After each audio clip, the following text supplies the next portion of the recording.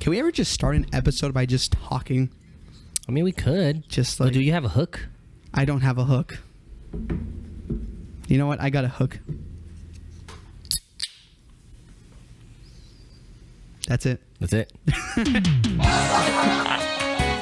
Podcast. Can we go out? I can because the hit. Yeah, hey, yeah. Cut that. Cut that. But save it.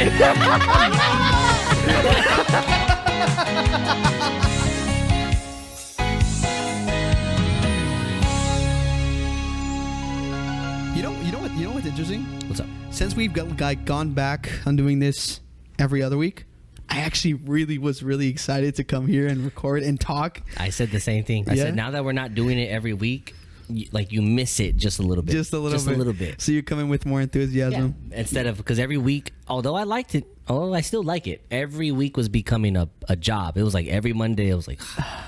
Welcome back, guys. Episode 53, the Amateur Hour, the most mediocre. You already know the deal. Matt, it's been a week. I'm really excited to come talk about it, but I'm also really deflated. You know, I have returned back to work, back to the mundaneness and everything. Yes. But things were looking up after that first week because, do you remember sometime last year, before the injury, I was kind of up for promotion. Yeah. There was another opening. Oh, right? Shit, right. And guess who applied? I got an interview. Okay. Went through what I thought was most of the process. But we'll get to the ending. Let me just take you back to when I found out that there was a slot opening. It wasn't my manager that talked to me. There was a handful of candidates that applied. Actually, there was 3 candidates, me and 2 other people. Right. I was the only one that was not told directly from the manager that there was a opening position. Of course. I was told by my peers, hey, by the way, you should really apply because the position is open. I was like, what? Oh. So I applied, right?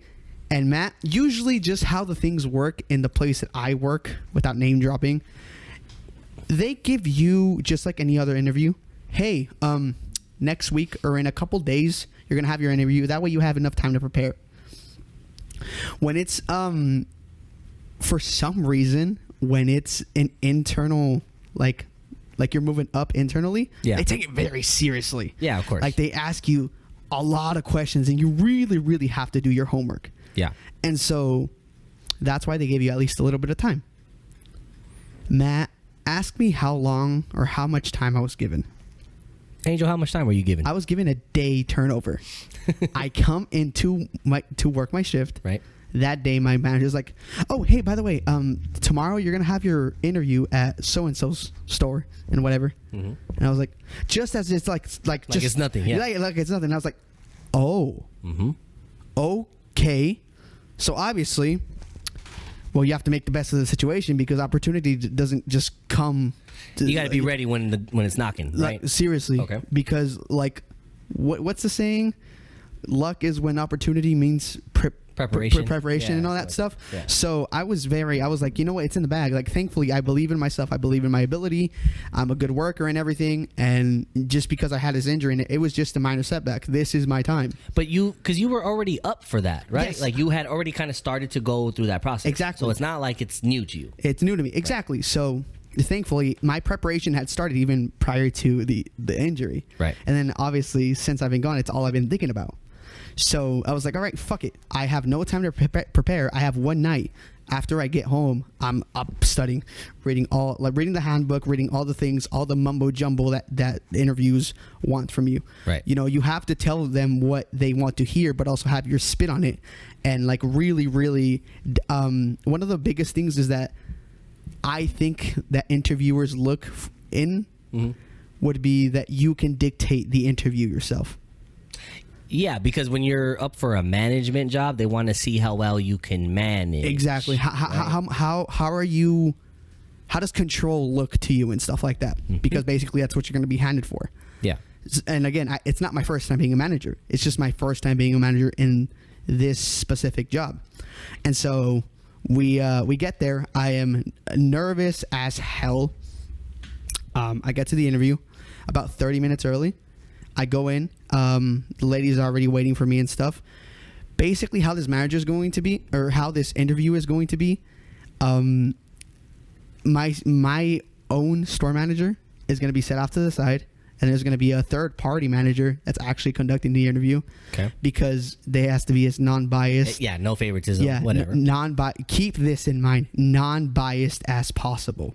Right. Right. Interview. I think that this was one of my best interviews because it's not my first under the belt, and obviously, I think after a handful of experience, you know kind of how to bullshit your way. Yeah, for sure. Through with the lingo and with everything stuff, you know, and it's also, it's not like I am underqualified, so you can probably assume by the way I'm expressing and talking about this that things didn't go my way. Like I said, there was 3 people that applied for this position. Mm-hmm.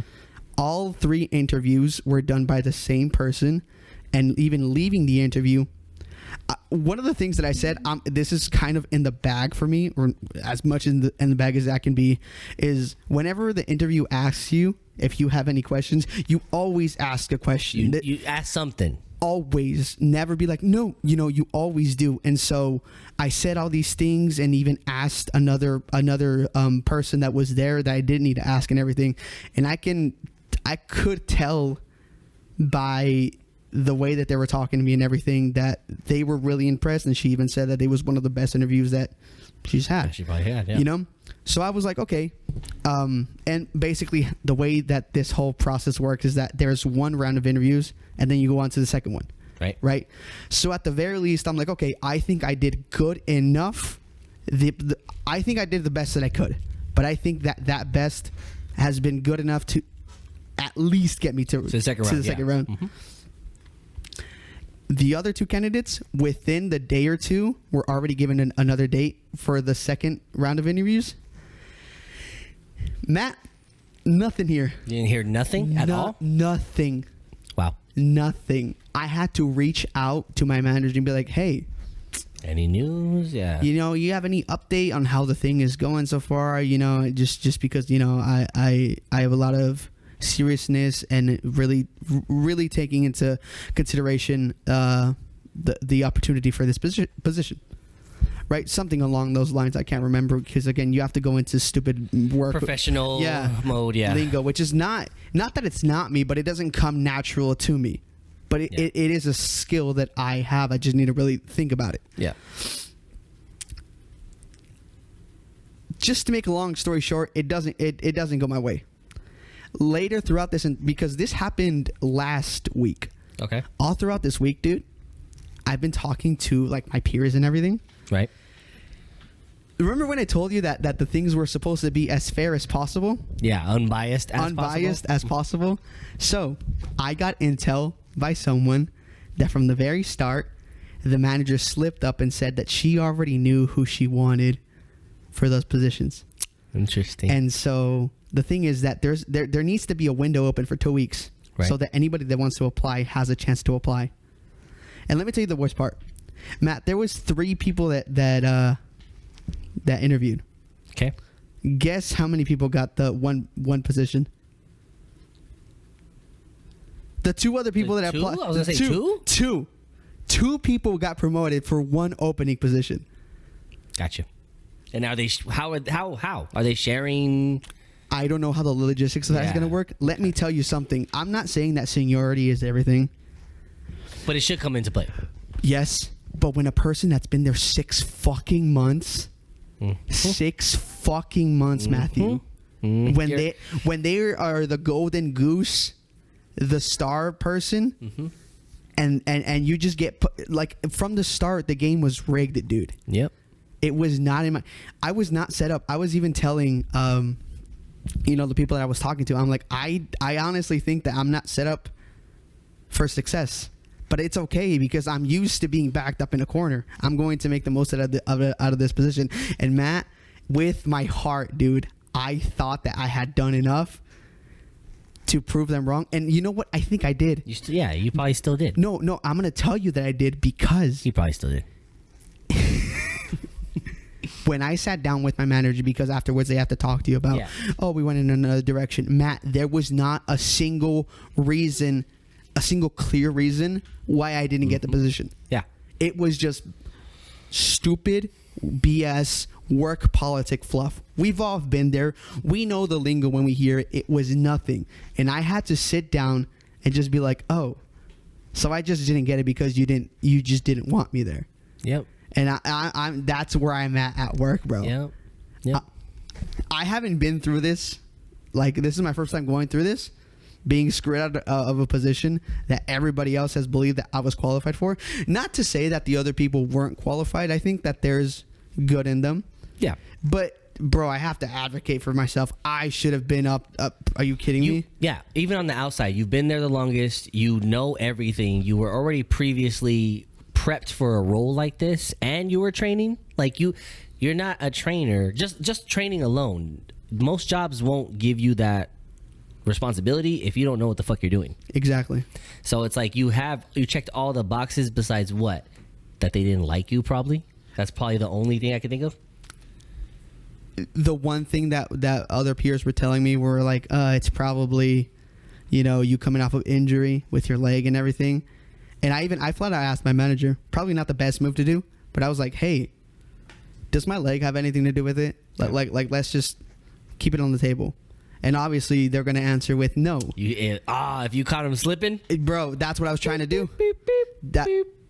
Beep, beep, beep, beep, beep. Yeah. OSHA, direct me to your "they got me fucked up" line, because that's fucked up. Jesus. Yeah, so that was a part of my week. But also, Matt, I took a little trip up to Flagstaff. Mm-hmm. Let me ask you a quick question before I actually go into my trip. Have you ever had to shit yourself?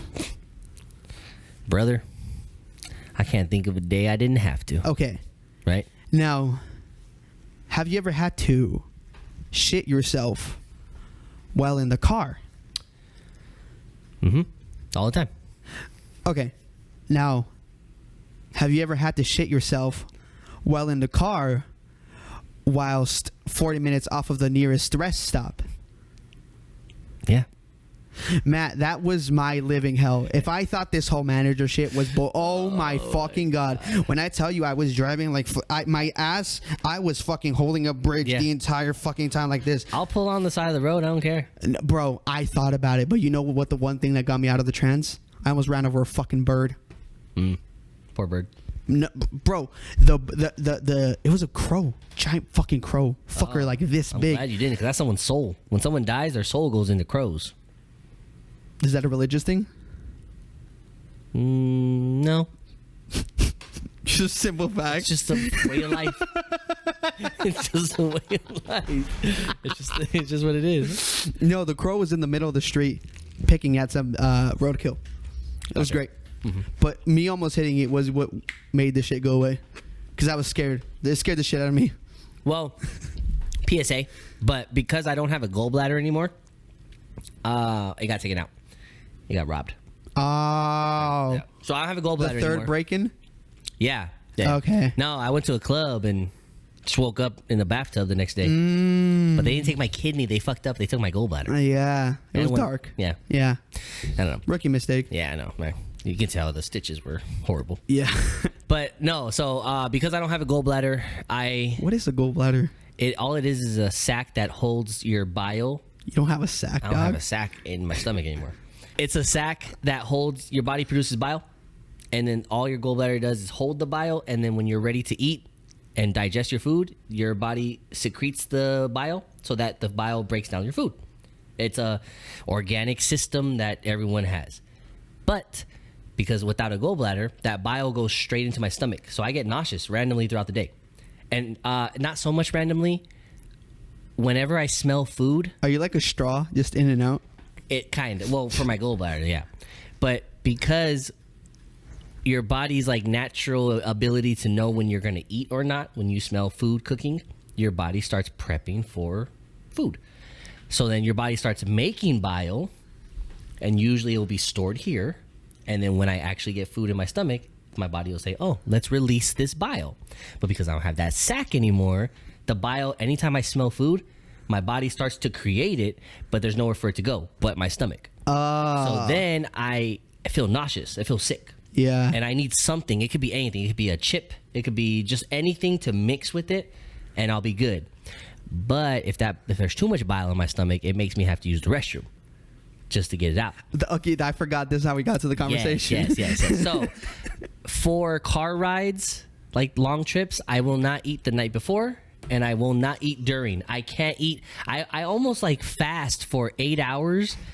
You have to prep. I will not. A full fast prep. It sucks. I can't. Anytime I've gone to California on a Greyhound bus, and Greyhound buses have bathrooms, mind you. They do. I still will not. Not a good one though. No, I still won't eat. But whenever I go on trips, anyone I've gone on road trips with, they know I will not eat. I can't eat before the road trip or during the road trip. I went to go piss on a Greyhound bus one time.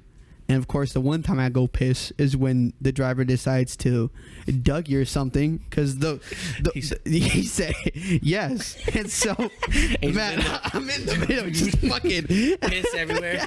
There's piss everywhere in the ceiling and shit. I'm like, God damn, never again, bro. No, yeah. So good thing I wasn't wearing khakis. Yeah, literally. Girls don't understand the risk of wearing khakis. They don't understand the dick dribble.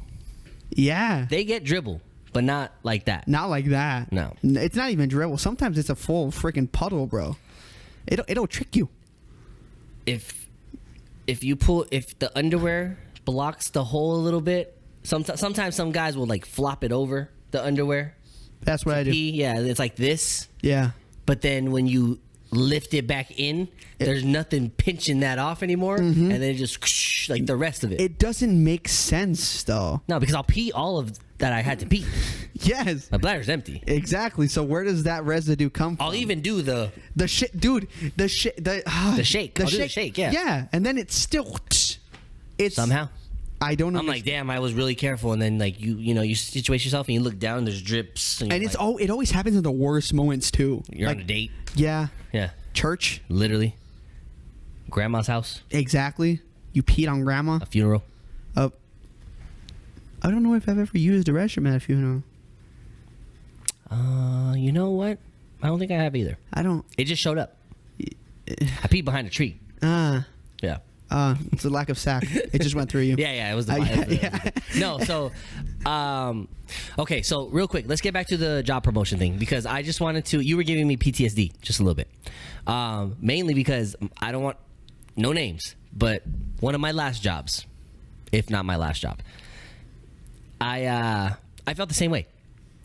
I was sold a false dream when I got hired. I think we talked about this. When I got hired, one of the selling points that the manager said was, we plan to promote within the next 6 months. And then you ran over the kid? No. That was the job after, yeah. That's a deep cut. That sucks, man. That sucks. But yeah. Oh, actually, my dog bit a kid the other day, so we have to put him down. His parents are gonna be pissed. His parents are gonna be pissed. Anyway, 6 month job promotion. So that's what they sold me on, right? And then when I first got there, I was trying my hardest. The first 3 months, I was trying really hard to, obviously, I mean, like, who doesn't want to be promoted right away, right? That was you trying hard, bro? That was me the first 3 months, you know? And talking to you all day. Yeah. And I will never forget, this motherfucker would talk to me, and who would get in trouble? Matt. Not me. Anyways. I'm security. It was Can't get in trouble. The fuck? I can lie. I'll be like, hey man, I was suspecting him of stealing. I was just kind of feeling him out. I don't know. I'm sorry, man. Yeah. Check the cameras. No, so I was sold a false sense of promotion security, right? And then after that, the thing that bothered me the most was that I had told my boss multiple times that I wanted to promote, because every time we had a meeting, a performance review, it was like telling me that I could do the job. So then I would say, okay, let me train for the job, right? And then I'm stringing you along. And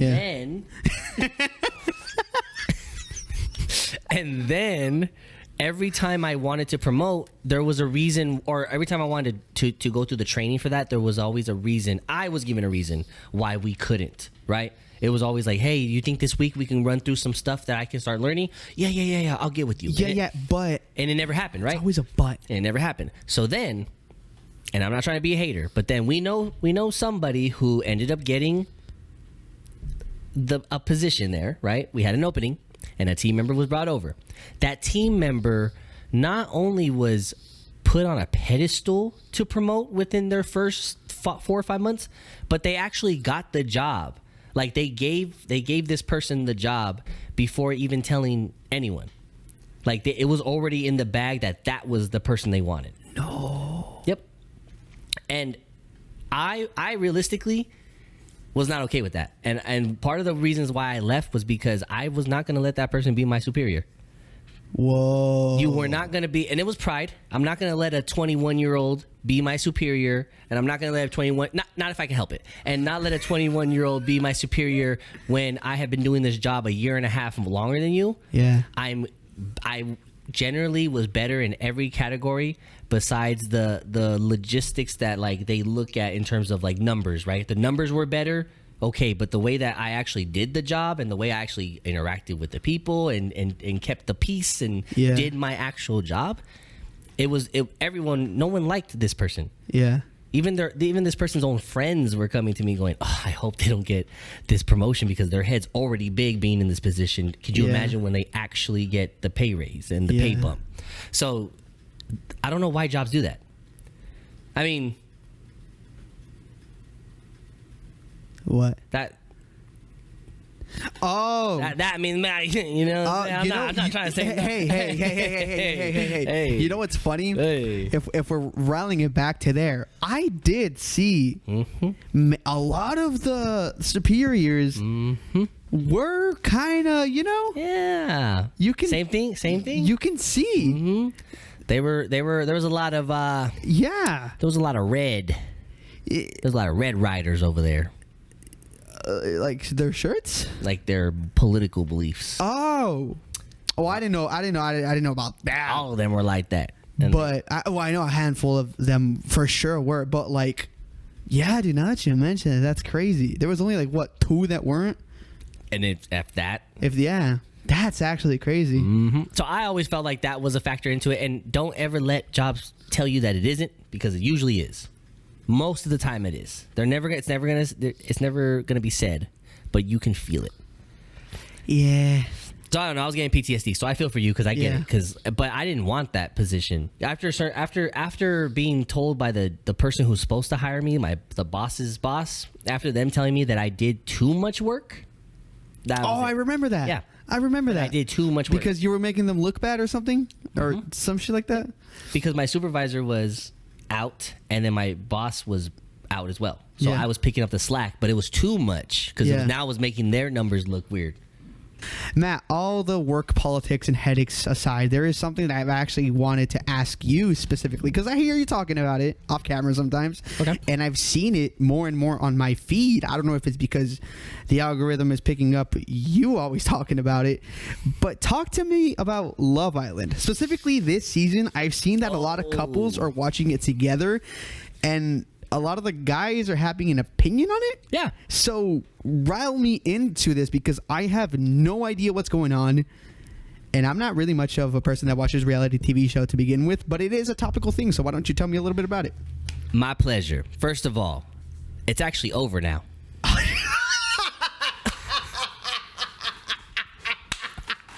I'm sad to report to you that my life has been empty. So when I showed you the show notes, you didn't bother to fucking tell me. I thought you knew. I thought you knew. You can make notes for the show, but you can't Google if it's still on or not. It's over. All right. Well, moving on. So Love Island has been a thing for a while, right? Yes. 7 seasons. And I don't know if all 7 are. I know some are like UK. Yeah. And then I think they have 3 USA seasons. I did not watch any season prior to 7. 7 was my first one. And I didn't want to watch it at first. I didn't want to. But not because I didn't think it was a good show. Not because I didn't think I'd like it. It was actually the opposite. I love reality TV shows. I grew up on them. MTV, like early 2000s, MTV was riddled with Oh yeah. nothing but reality shows. Yeah. Yo Mama, You remember Next? Next, Room Raiders. Room Rate, bro. That Room show's- Raiders. I used to think that was real, bro. I know. Fucking. I was like, a hot girl's gonna come into my room and do what now? oh shit! They're gonna find my stash. battle sock. Yeah. Not the cum corner. Yeah, no. Not my crusty sock. Shit feels like it was in a freezer. Oh my god. Tink, tink, tink. No, any of the love reality shows. They had the Rock of Love, New York of Love, Flavor of Love. They had there was a couple other ones like that, right? So I grew up on this reality love TV show thing. So I knew I was gonna get like obsessed with it, Yeah. which is why I didn't want to. Yeah. But after watching the first episode, hooked. Right? I was hooked. Now, I went through the whole journey of this season. It was 32 episodes, I think, right? 2032. Yeah, it was 26 to 32 episodes. I can't believe. But it was 6 weeks of 5 episodes a week. Whoa. They did an episode every day, excluding Wednesdays and Saturdays. Where is it on? Is it like primetime? Peacock. Oh. Gotcha. But Wednesdays and Saturdays, they're still doing something called After Sun. And what they do is they bring in people from previous seasons to kind of just discuss the drama that's coming on, and they'll even do like little interviews with the Islanders themselves. Ooh. So you're still getting content, but I'm gonna be real, I personally don't know anyone who watched those After Sun episodes. Yeah. They were boring. So real quick, can you explain to me the premise of this particular love thing? Because I really don't know anything about it. Yeah. So it's just obviously I don't know exactly the amounts each. I think it's like 6 guys and 6 women. Obviously they get casted for the island, and the whole point of the show is to find love. But there's like a game, there's an incentive hidden in this, and it's the strongest couple who can make it towards the end wins a cash prize, and it's $100,000. So the goal is to find love. That's what it is, right? But obviously you never know if someone's actually doing it for the money or doing it for love. That's what the whole point of the show is. Like, So there's like betrayals and things like that. betrayals are people just maybe in a couple only because they have to be.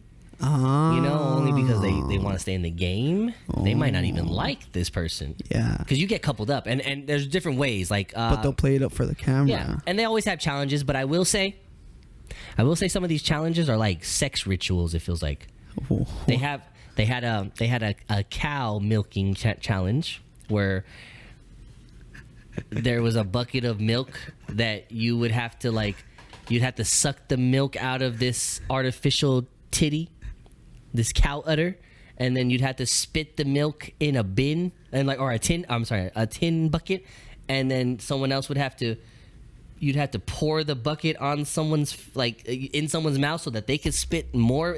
It was just one of those it got a little weird, right? Yeah, that sounds very niche fetish thing. It sounded like some Diddy party stuff. Yeah. These are some rituals, you know what I'm saying?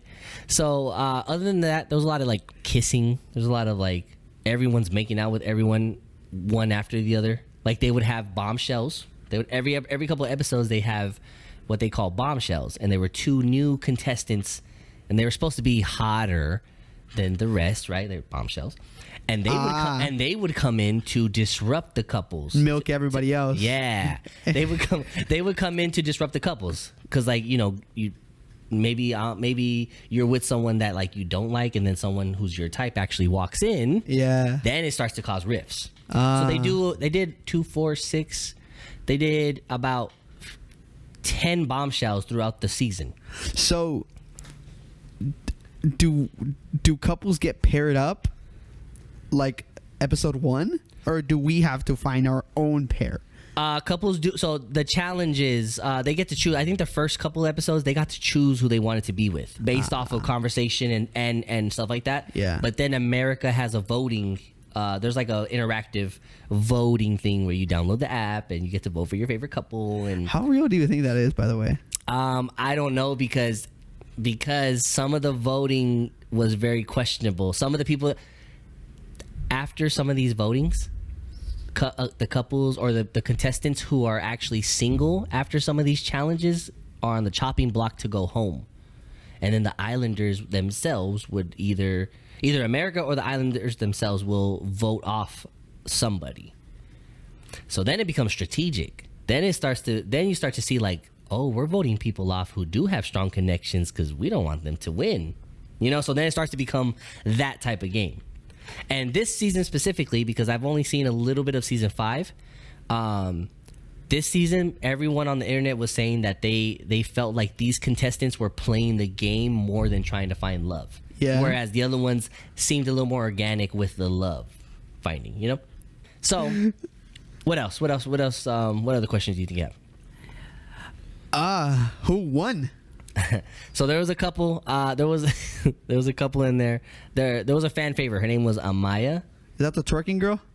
Nah. That's all I know. The Huda? Is that who you're talking about? I don't know. The I don't know twerking names. girl? Oh I know my God. twerking girl. I know fake Puerto Rican guy. Fake Puerto Rican guy.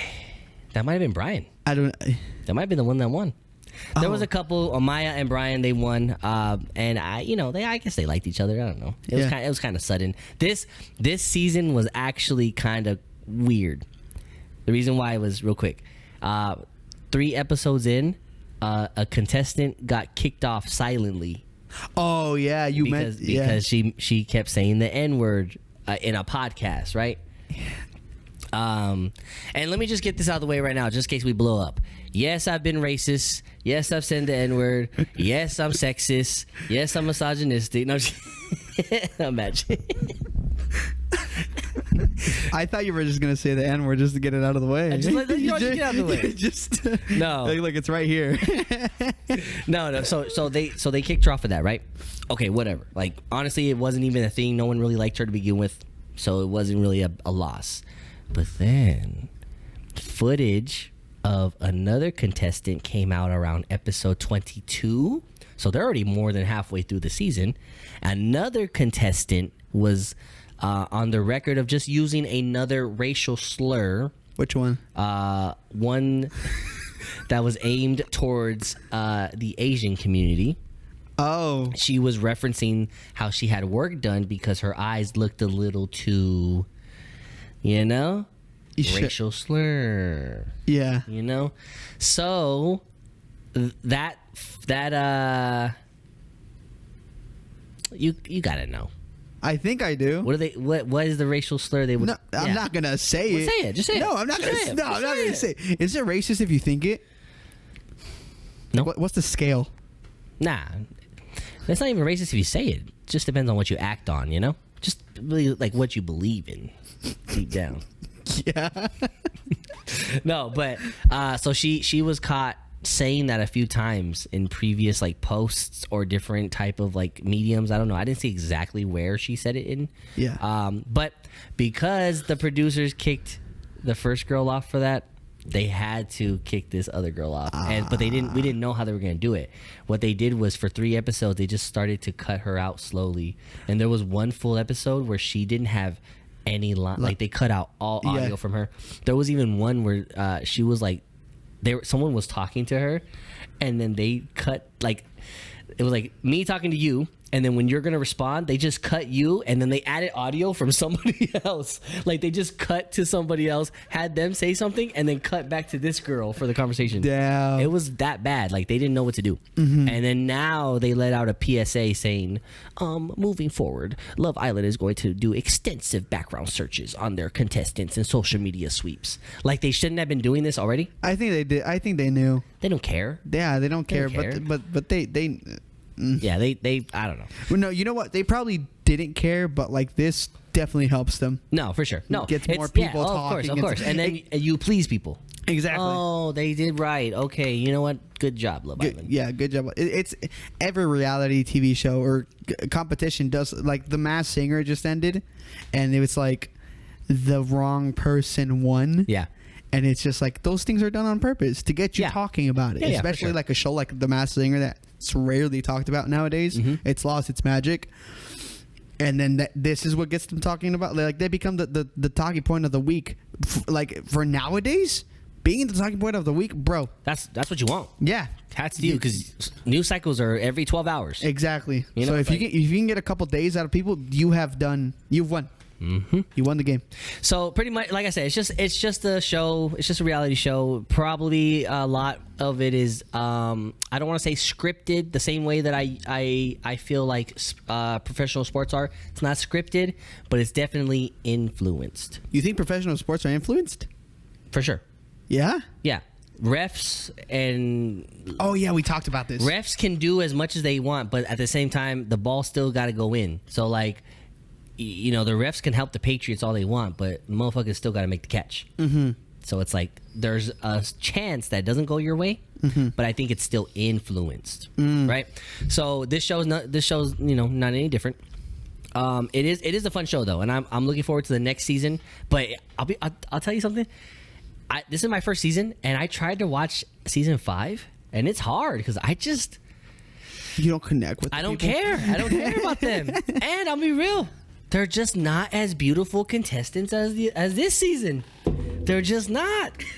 Like, shout out to them. It feels like they picked regular people off the street, because like we watch these shows not to watch regular people. Sure. Right, for the most part. Yeah. There's some times where you want a regular Joe in there to be the underdog, but like for the most part, we watch this because these are beautiful people that we don't see in life all the time unless you're in those industries. Yeah. But this season 5, brother, they pulled people off the fucking subway, it felt like.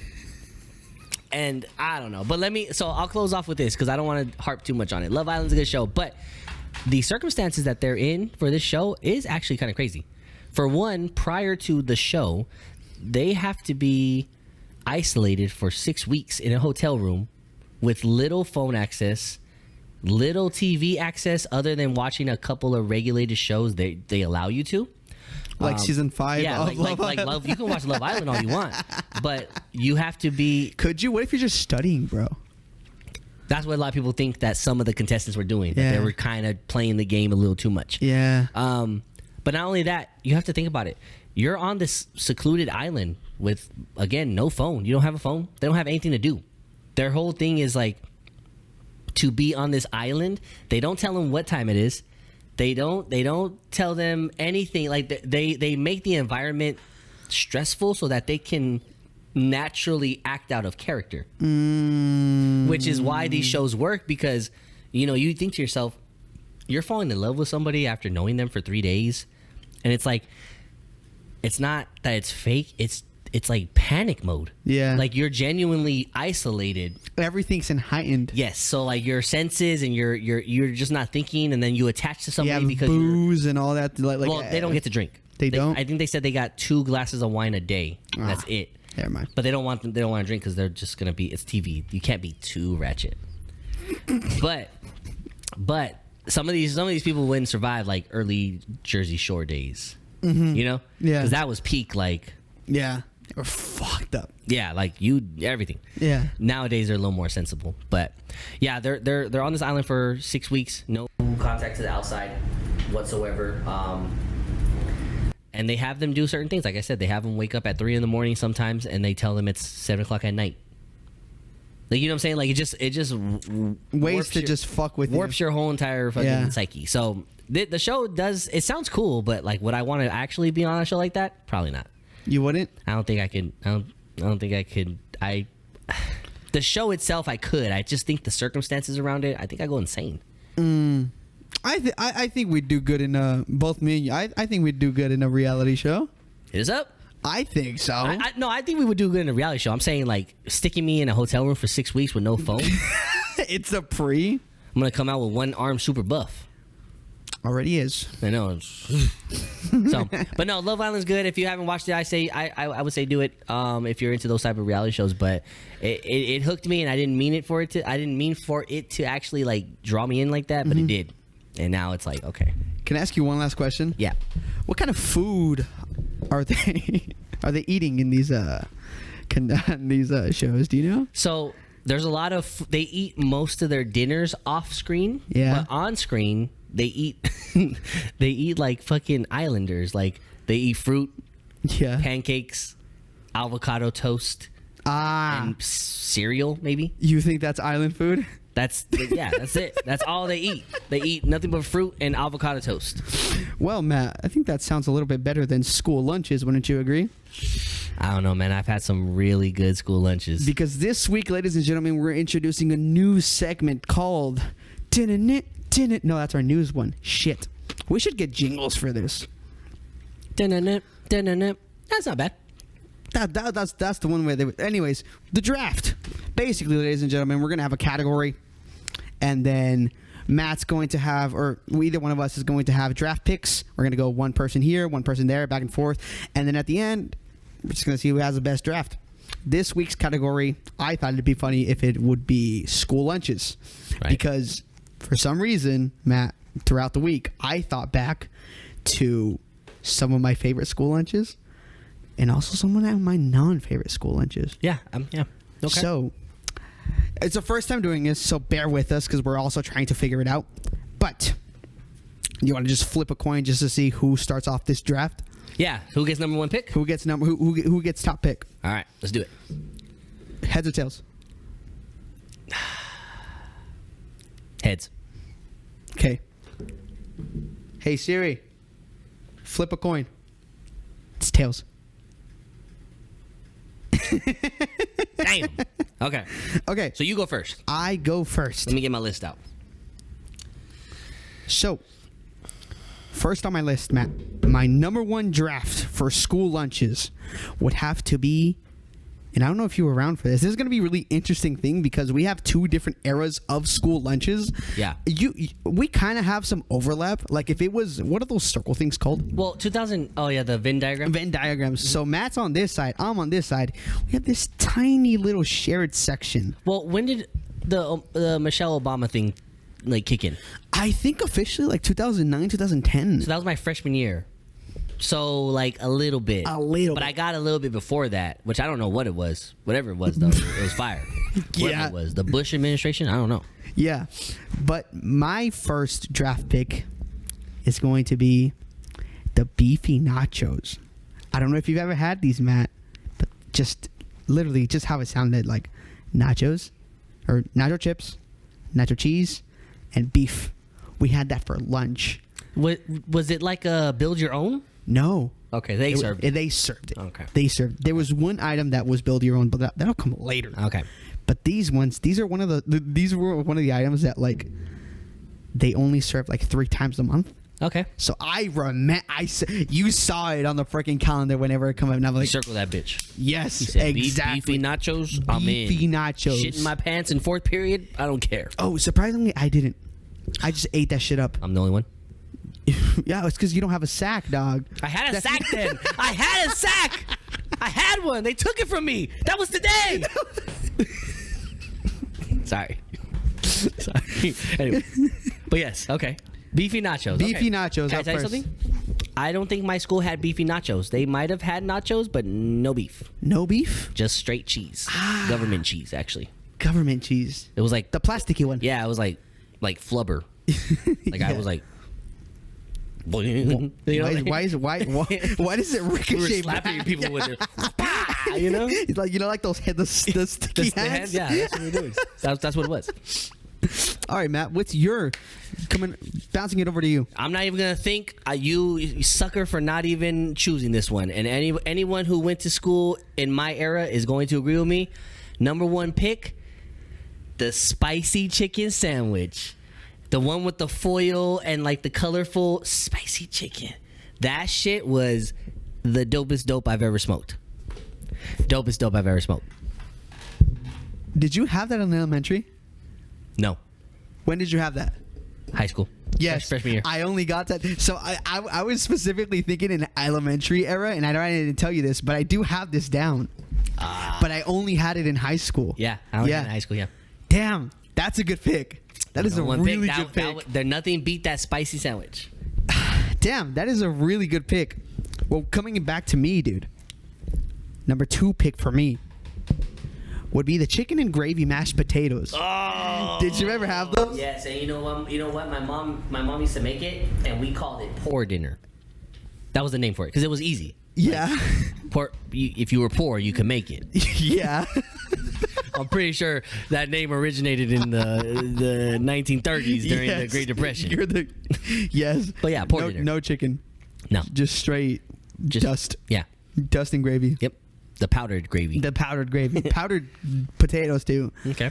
I don't trust powdered potatoes. I don't trust powder anything. Powder that turns into food. I don't understand that.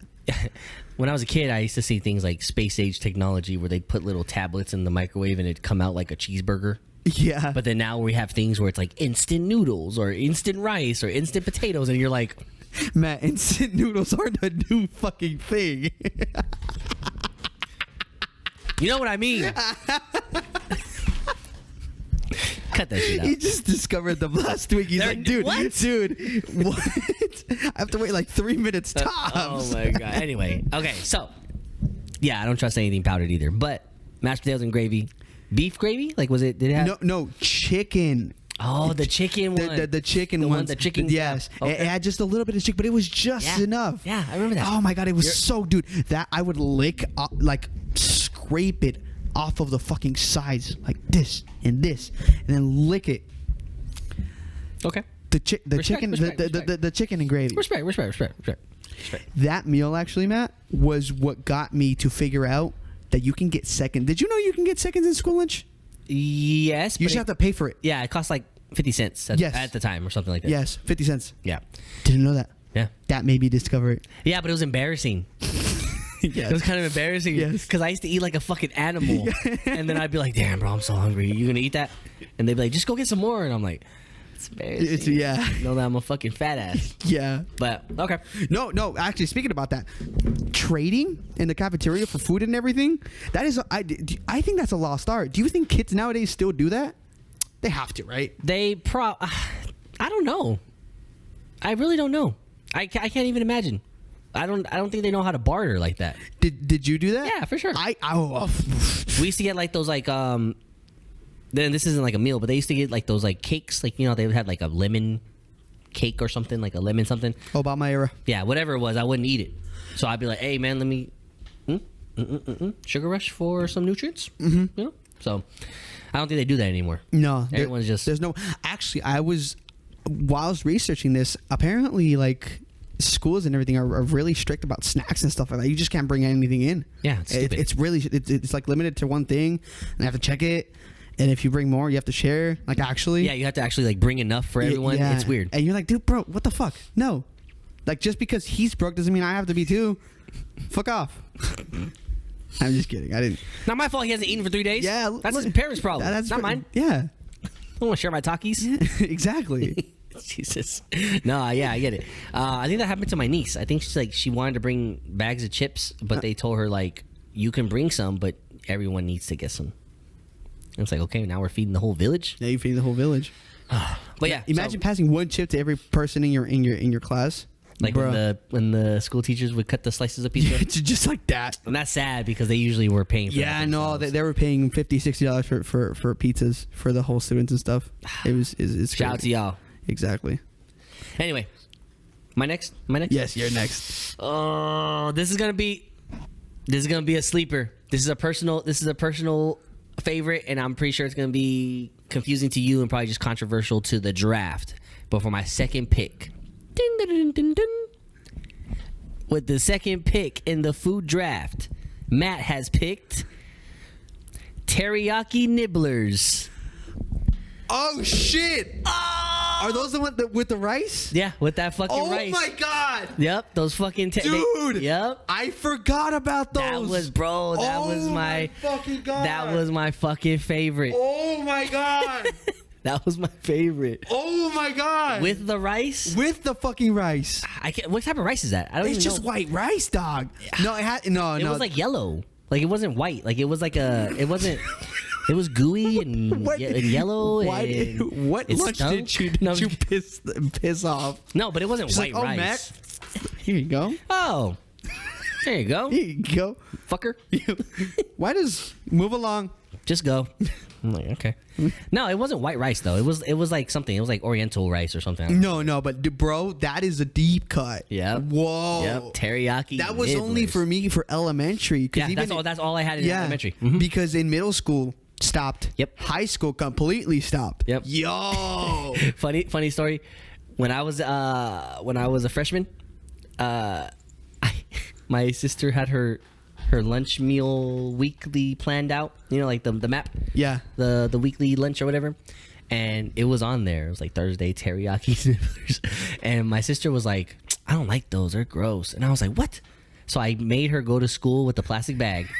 And she put the 6 of them in a plastic bag, put it in her backpack, took them home, and brought them to me as a delicacy.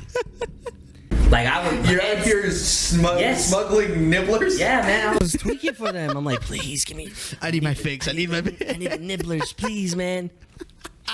Shout out, Zoe. I would make Zoe go to the fucking That is school good. with the plastic bag. You might win this pick off of that. 'Cause that dude, that was like discount Panda Express. Yeah, it's like the equivalent. If you guys don't know what it is, the best way I can explain it is like Chick-fil-A's nuggets.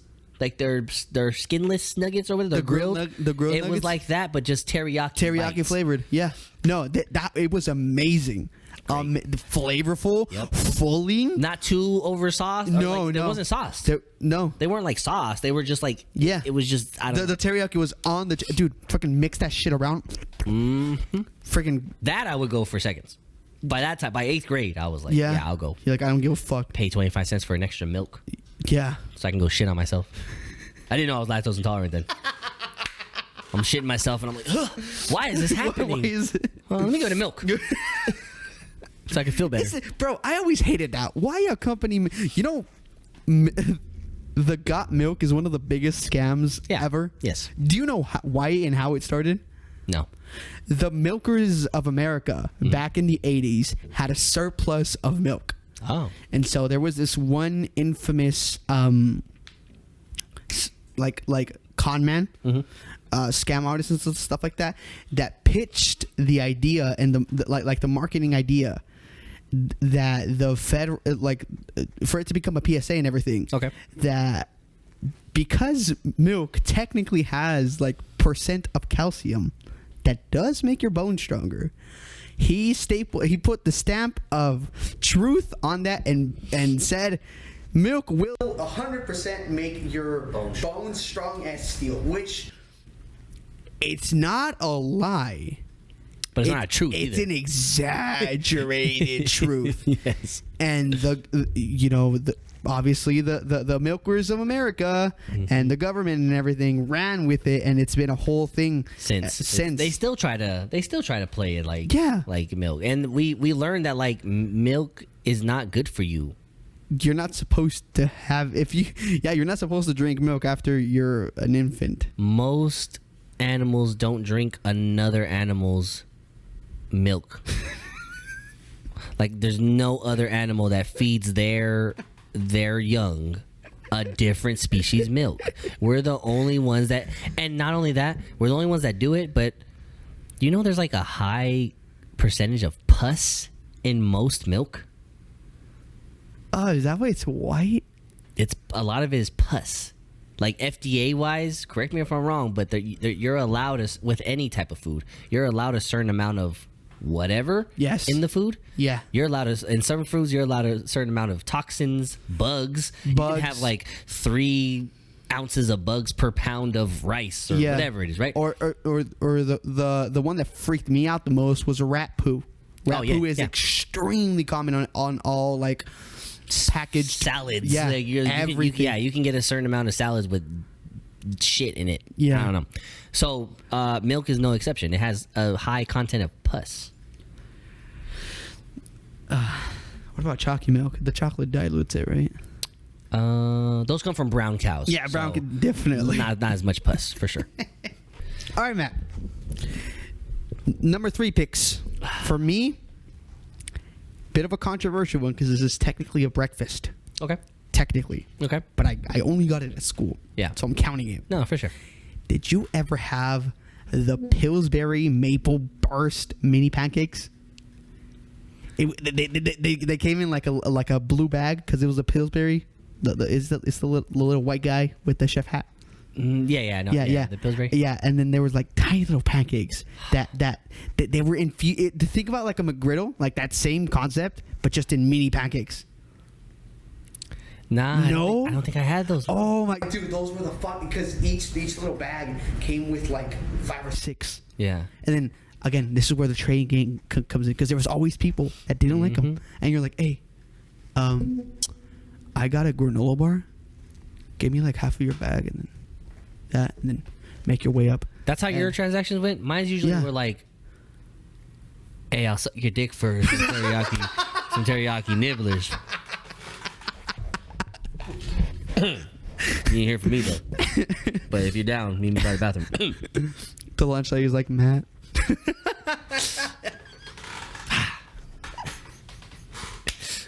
the lunch manager's like, you want to run that by me again, son? Yeah.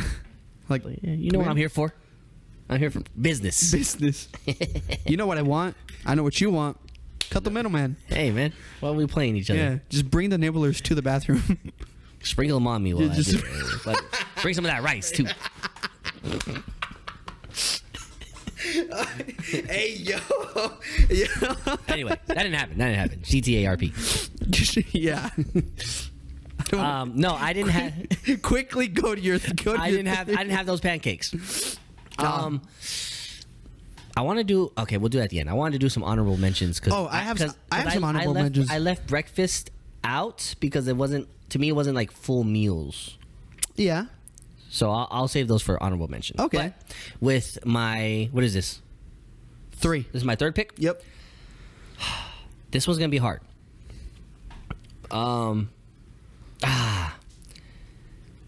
This one's hard because this is the one that I told you. So this one's gonna be pizza. But which one? For the third pick, mine's is going to be the rectangle pizza.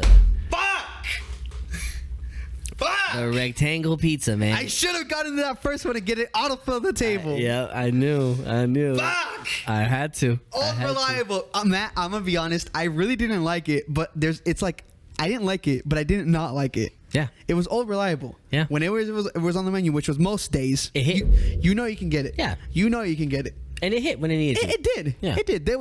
On the days that you were really hungry, it was the best pizza you ever had. On the days where you just need something to eat, really good. It did the job, yeah. Right. Was it my first choice, my most favorite choice? No. But it was solid. Fuck! Had to lock it down. But why did you say 3 and 1? Because in high school, we had pizza. But it was just, like, it wasn't, I don't know if they baked it themselves. But we had pizza. Like, just regular slice of pizza. Which was fire in itself. If I couldn't get the chicken nuggets, pizza was next. But I don't think it beat the rectangle pizza for me. True. I don't know how your high school did it, but my high school bought the pizza every day off of a local pizzeria. Yeah. Oh, okay. I don't know. For all I know, so maybe. the pizza wasn't bad, but it wasn't good either because they had been there since the morning. Yeah. It was just reheated in bulk. Yeah. So it wasn't, it was just middle of the road, but the rectangle one had like a certain taste. I think those were actually like made made in the cafeteria for lunch. You think so? Yeah, I think they were. Like, I think those ones were like, because this was middle school, and I'm gonna be real. I think middle school preps most of their food more than high schools do. Oh, definitely. It's easier. Yeah. Less kids. High schools, you got thousands of kids, whereas like middle school, I don't think there's thousands of kids in middle school. Maybe a couple hundred. I've never sat down and count. It'd be weird if I did that now. Yeah. Can't even reminisce now, bro. I saw kids playing football, and I went on the fence, and I was like, wow. And I was like, oh, shit. What the fuck am I what am I doing? Grown-ass man. I can't be reminiscing. And I took off. Yeah. Which made it look even sketchier. It's sketchy. I ducked. Yeah. Like the CEO. Yeah. We'll get to that. We'll touch that on in a bit. Okay, so that was my third.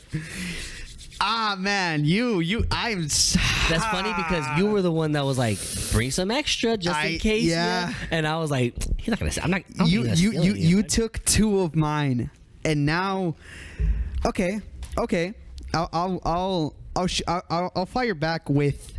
You ever have Mac sticks? That's the specific brand that they were. So basically, just think cheese, like a breadstick filled up with cheese inside, and then you had a dipping marinara sauce on the side.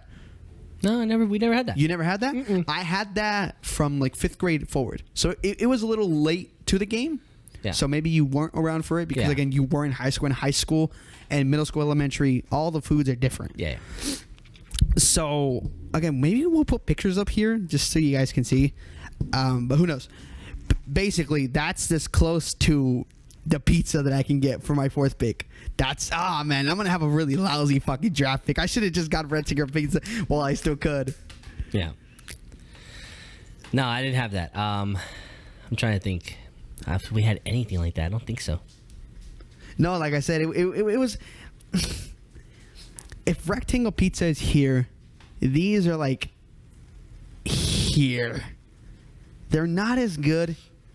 It's kind of like decomposed pizza because it's like a cheese breadstick and you have to dip the marinara and you know it's not as good. It seems like an appetizer more than like a full lunch. It was usually accompanied by like carrots or like some other shit, you know. It wasn't like the full meal. Yeah. But you had three breadsticks and stuff, you know. Yeah. Okay. That's not bad. Not a bad pick. No, we're scraping here, dude. All right. So my 4th pick, it's gonna have to be old reliable chicken nuggets. We had some pretty good chicken nuggets. They always kind of came with like mac and cheese or some type of side like that. You're right. But we had chicken nuggets. But yeah, you're right. Chicken nuggets are old reliable. Kind of just like the pizza. You've had it before. You know what you're getting into. Yeah. Damn. Okay. That is a good pick, man. Are we at 5? We're at 5, right? This is 5, yeah. This is going to round me up, and I'm not really liking the way my list is looking, man.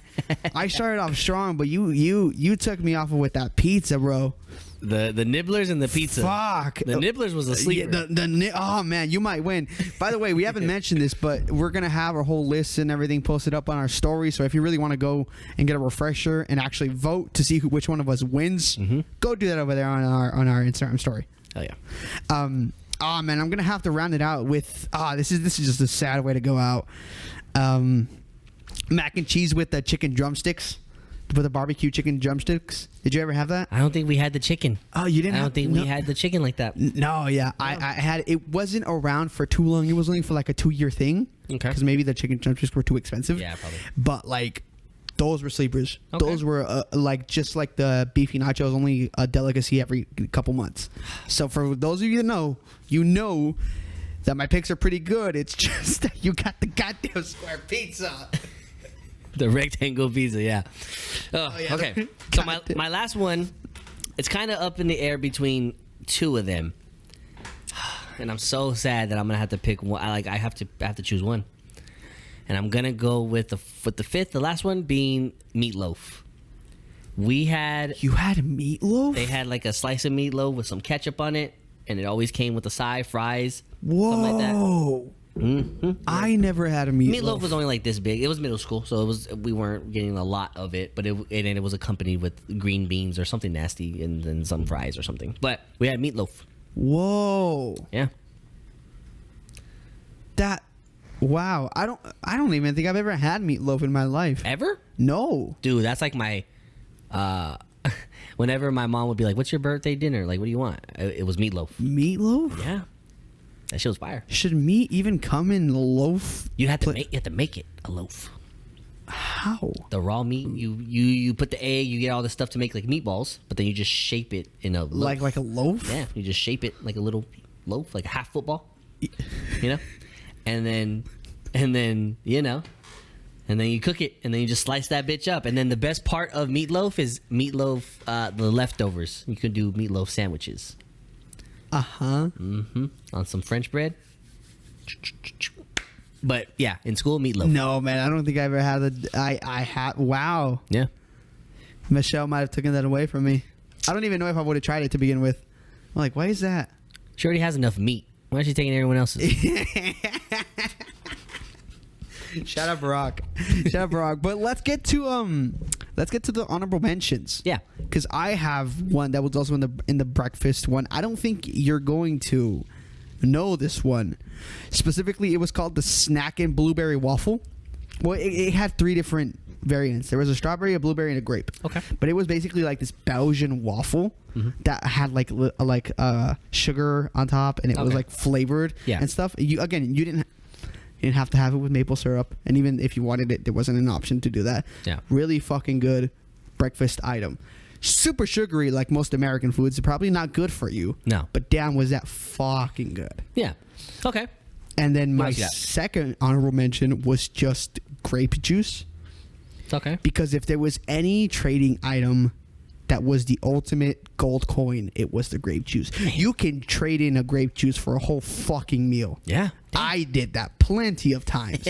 Plenty. Matt, there was a time where I would gather. I would stack up on juices. It was disgusting. I'd have them in my backpack. Ew. Nasty. Warm. Yes. I'd be like, hey, I'll trade you this warm grape juice. Hot grape juice. For some hot Cheetos. Done. I don't know how I was able to do that. Yeah. Didn't last too long. It was only for like a year. Yeah. But then, yeah. Damn. Those are my only. I have some dishonorable mentions, but I'll let you go. So for my honorable mentions, most of them are breakfast. Obviously, I just didn't. They weren't full lunches for me, like full meals. So I didn't really want to put them in there. But if I had to do my honorable mention meal that I had to choose between was spaghetti and meatballs. We had spaghetti and meatballs. What? They were little tiny meatballs, but they Like were, IKEA meatballs? Yeah, but it was spaghetti and meatballs. Whoa. That was middle school. Yeah, that was probably from 4th grade to like 6th grade. It didn't last long. Whoa. But it was there. Yeah, and then these ones aren't on my list necessarily, but my most coveted. Oh my god, the best breakfast known to school history for me was those. I don't know if the company is. This might not be the right name, but it was like the Sunrise chocolate donuts. Did you ever get those? They were like chocolate donuts. They were in a clear bag, and it was like red or orange writing. And it's like says Sunrise Donuts or something. I don't think they're like a company anymore. Were they like old fashioned shape, like almost like cake donuts? Kinda like they were like cakey donuts. Yeah. But when they were hot, they would have them like in the. You had them hot? Yeah, they would have them like in the little heater things. And they would just be like brownie. Oh my god, bro. Gee, those are the ones I would like trade. I'd be like, yo, I'll give you my what's today? Fucking chicken nuggets. I'll give you 3 nuggets for your fucking thing. 3 nuggets later in the day if you give me your donut, right? Yeah. Those were my favorite, and I was always so sad. I would go to school early just to get them. Yeah. Like, I'd kind of get there as early as I could so I can get them and then go, play at recess or whatever. And then another honorable mention in high school was kind of similar to what you described. They were like these cream cheese bagel sticks. They were like these bagel sticks that are about this big. This is like 8 inches, right? This is 8 inches. That's about 8 inches, yeah. Yeah. Okay, these are about 8 inches, yeah. and they were just like these like bagel sticks. Like they were just like a bagel, but they had cream cheese in them, and again warm. Like they would have them warm, and they. How do you get a bagel on a stick? No, they were in the shape of they were like a breadstick. A bagel was like a breadstick with the cream cheese inside instead of the cheese like yours. Yo, dude, I had this. Speaking of a high school, the only high school breakfast I remember, we'd have sausage corn dogs. Oh, yeah. Like the blueberry ones or whatever? Yeah. Those are fucking sick, dude. That was right. Just, that was a crazy.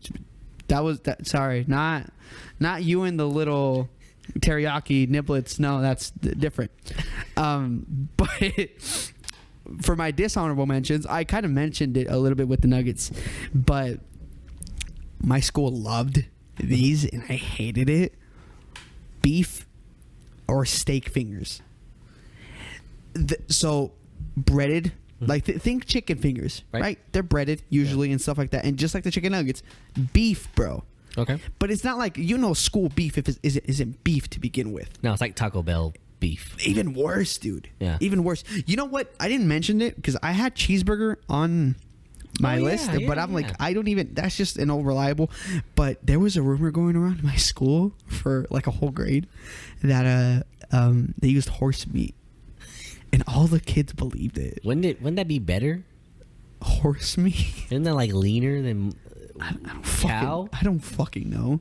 I think that'd be like a delicacy. You think so? I don't know. No, but everybody was like, "Oh, don't eat the cheeseburgers.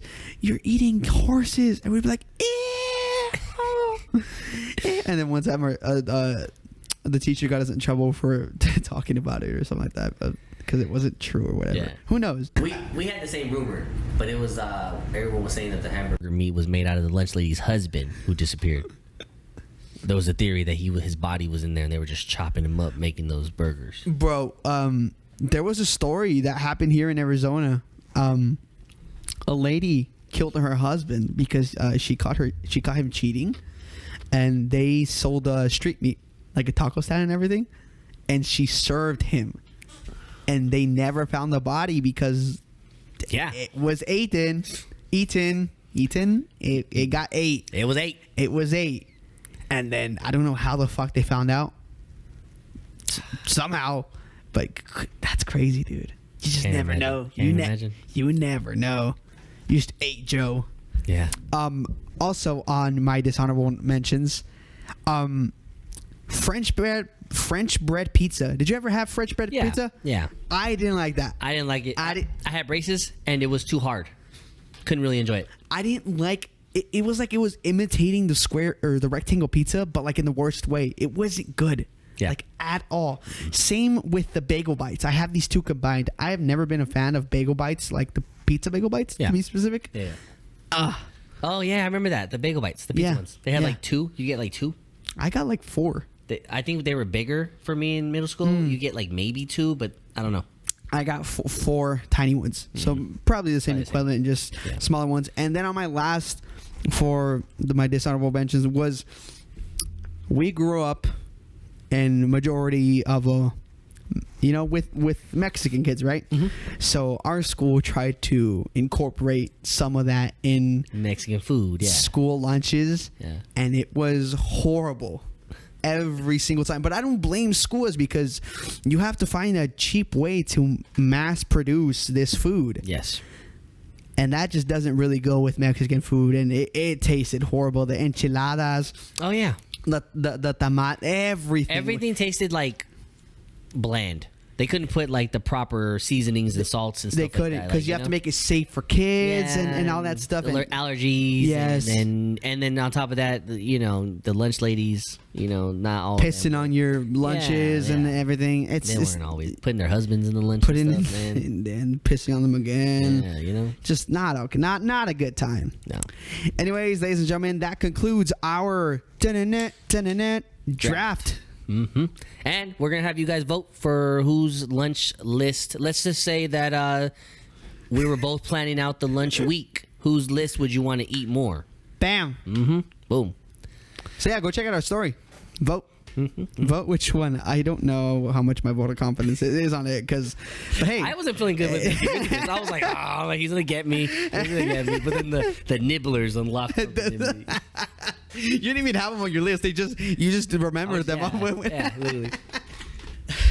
Bad and good school lunches aside, Matthew, something really, really big happened throughout us kind of orchestrating this episode.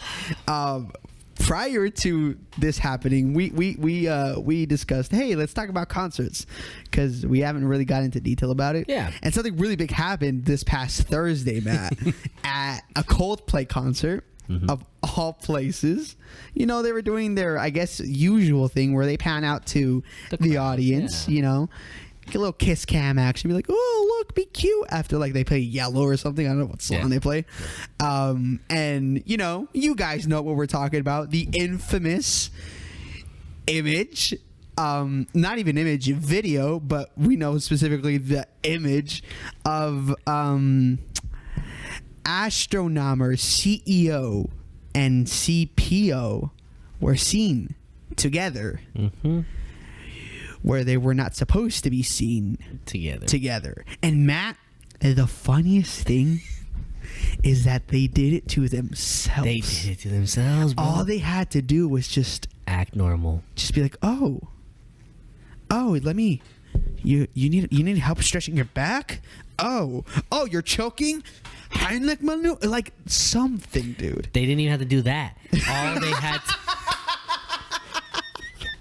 They didn't have to do none of that. All they had to do was either ignore it or go with it.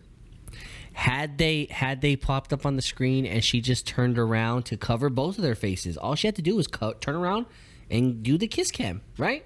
Like, realistically, if you turn, you don't have to kiss, but if you turn and you hide both of your faces in each other, it's a lot better than going... whatever that was. That made everyone go, hold Oh. on, wait a minute, why did he do that? Why do they both do that? Yes. She ducked and ran, Yeah. and he just... Made it so much worse. And you know what's the funniest thing I saw today? Is it was at like a baseball game or something. The same thing. It's The becoming same- a national meme. The worst day of this man's life is becoming a national meme now that anytime someone's on the kiss cam at a baseball game today, they're ducking. They're ducking. Couples are and they're ducking. Like it's a fucking joke. Wait, but this is opening it up for, because now if everybody's doing it, now we don't know who's actually cheating or not. You That's 200 IQ right there. He paved the way, man. Imagine you're on a date with your side thing and then you're like, oh babe, I only did that because the meme. The meme. meme. It's the zeitgeist. We're like, I gotta not do it. She's like, what? Did they run to the car for the meme too? And you're like, yeah. Did they spend $200 on the bank account for the meme as well? Yeah. I'm pretty sure. No, dude, seriously, like just nothing. They made it so much, and that reaction was what made it blow up, because it was uploaded to TikTok, and within an hour, boom! Before the concert was over, it was already the talk of the meme of the week. Yeah. Before they left the venue, Yes. it had already spread.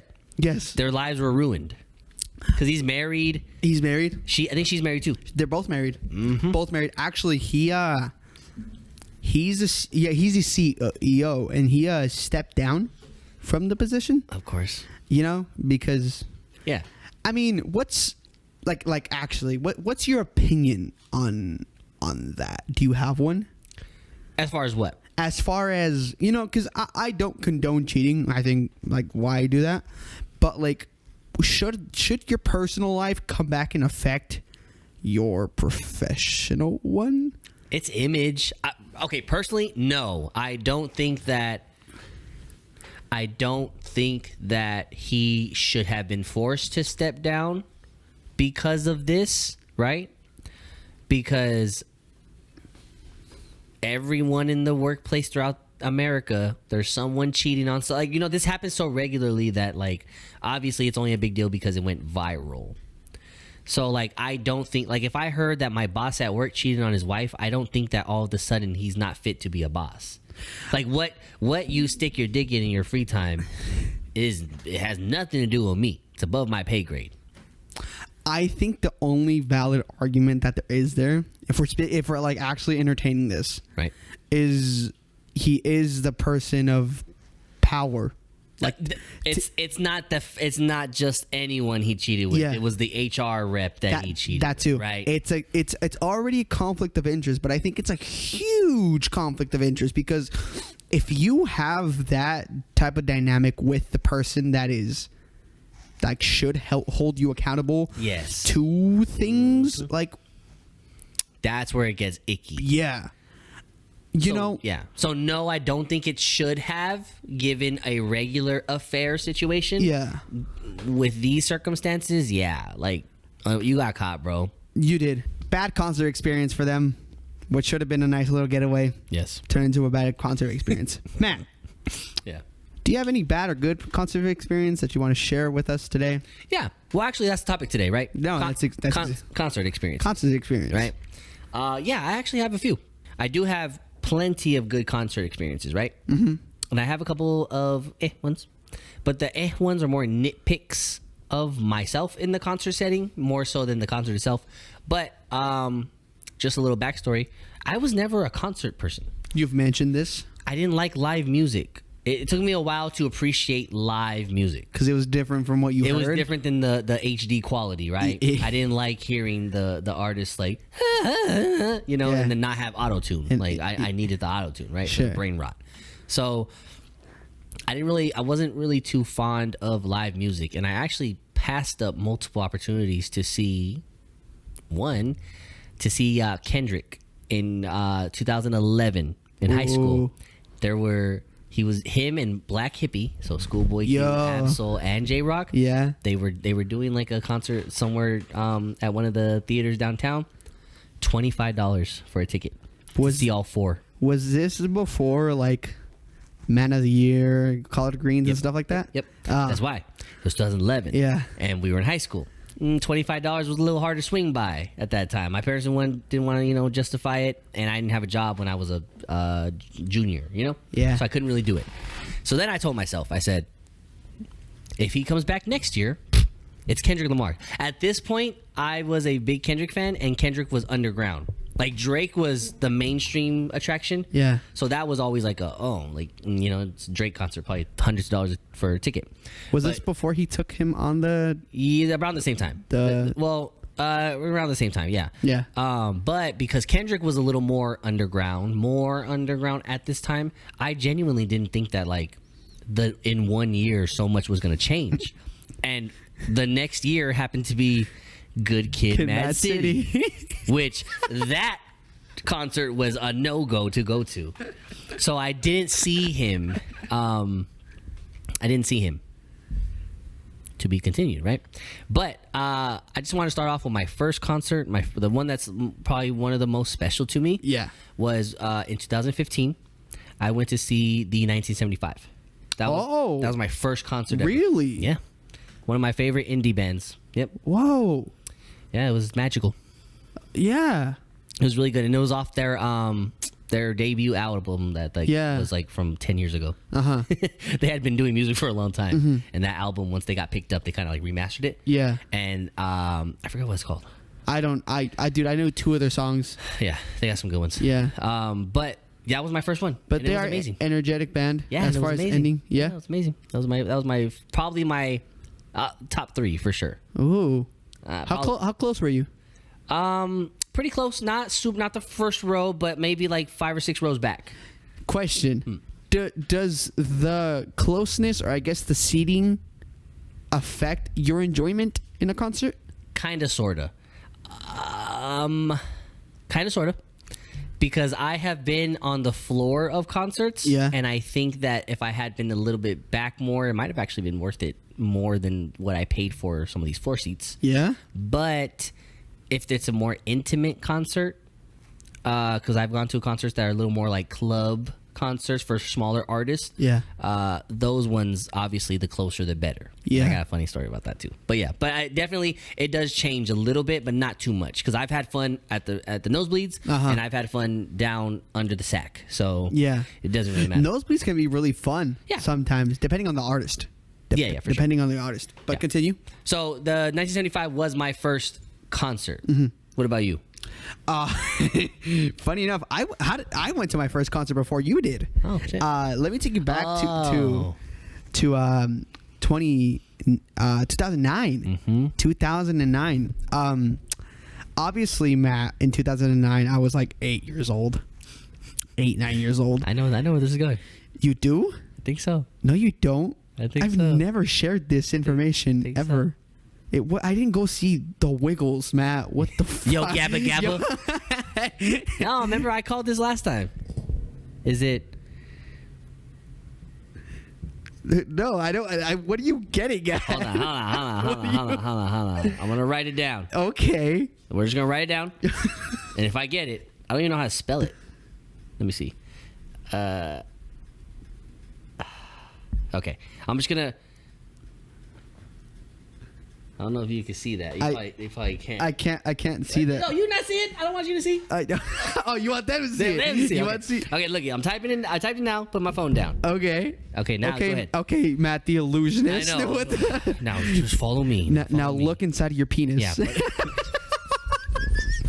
Sorry. Is this your scrotum? It's in your. Oh, I'm the one with your sack, dude. It's like. Anyways, okay. Okay, go ahead. Okay. 2009, right? We're in the midst of, or we're ending off the recession. Okay. At least the heavy parts of it. So, me and my mom mainly decides to treat ourselves because at this time, there is a huge wave of, I don't know how familiar you are with Latin music. Okay. But there was a big wave of reggaeton. Okay, yeah. This era. You're familiar with the genre, right? Yeah. So, Shout out to Sean Paul. yes, actually. Weirdly enough. Mm-hmm. Yep. I got the right, all that. So basically, there was this duo called Wisin y Yandel. Ah, okay. Yeah, they were the. If there was, you're familiar with Daddy Yankee, right? Yeah, for sure. It was him and these two duos. They were the top of the top, and at this time, they were the hottest commodity that they were in this scene. And so that was one of the few things that me and my mom overlapped when it came to music at this time, because basically, my mom's music taste was my music taste. Yeah, of course. Like any kid. Yeah, like any kid. Right. So I remember when they were coming. I don't know if radio stations still do this. Shout out to Ronnie. I wish he was here so I can actually ask. next time he comes here, I'm gonna actually ask him, see how much they actually did this. But back in the day, Matt, there was this new radio station that had opened up, I guess, called 92.1. Oh, yeah. I had to dig deep to find this 92.1. That was all like the top new pop Latin music, all Spanish music and everything. And they were doing this promotion because they were coming. So all like 3 weeks prior to, they were doing this contest of, we're gonna give away meet and greet and VIP tickets. Okay. And Matt, every single fucking day, I would call. I would get my mom's phone number. Oh, shit. And I would call. Yeah. And then I'd be on wait. And then it'd be on wait. And it would tell you what number you were. The closest I got, 3. I was 2 away from for them picking up and me being like live on the thing. On the air. Unfortunately, I never got it. I never got to answer the question because there was a handful of tickets. They're not just like 2 pairs and everything. So we didn't get the VIP experience that we wanted. So we went up to the nosebleeds. It was actually in what used to be formerly the Coyote Stadium. Oh, okay. Yeah, right. Yeah. Well, no, it wasn't the Westgate one. Yeah, it was the Westgate one. Oh, was that one? Yeah, it was that shit. one. Okay, yeah. So not too incredibly big, but big enough, right? Yeah. We went there, first concert. Funny enough, Matt, I was coming off of pneumonia. Lovely. So I was incredibly sick. Still enjoyed it, but halfway through the show, I did end up falling asleep because my body was I was dead. Yeah. But it was a really cool experience. Especially I went with my mom and everything. It was super cool. Yeah. Super cool. And that was my first. Honestly, the thing that made it the most special to me was the days where their song would hit the radio, and then immediately after, me and my mom would scour to find her phone and everything, and call up the number. We had it written on the refrigerator and everything, and we'd call up, and it started off of us being like at number 17 and stuff like that, and then we started to time it right.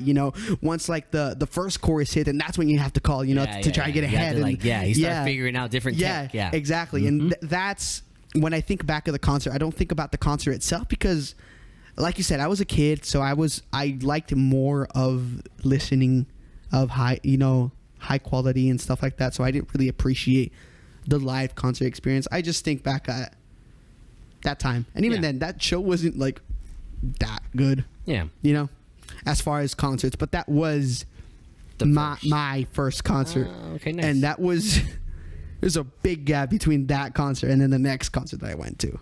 And who was the group? Wisin y Yandel. Oh, no. I had picked. Who did you pick? Oh! That is actually really fucking close. Yeah. We almost went to go see them. Yeah. That's so funny. I have never... How did you guess that? Just, the illusionist. Yeah. No, that was... they were not far off. They were part, like how like artists bring out and everything. Yeah. They were part of. They got brought out, but I think on the other, because how like there's 2 legs. Mm-hmm. They got brought out, I think, on the East Coast leg. Like that's actually you were in the ballpark. Yeah, that's impressive. Tell me who it was. He picked Aventura. So yeah. Not close far enough. Not far off. You were more on the other Aventura's more like bachata. Yeah. Genre. So you weren't far off, but they were huge too, dude. I still listen to them to this day. Yeah. They have some good songs. But what about? Okay, you don't make it to the Kendrick one. You go to 1975. 1975. Uh-huh. What's after that? After that, it had to have been 2 years in a row. I went to see one of my top 5 rappers of all time, Joe Budden. Oh. Yeah, he's one of my favorite rappers of all time. Every time I get that reaction every time I tell people. But I went to see him twice, and on both times I went to. You listened to all 3 of his songs? Yeah. Ha ha ha ha. Anyway, at least I didn't have pneumonia.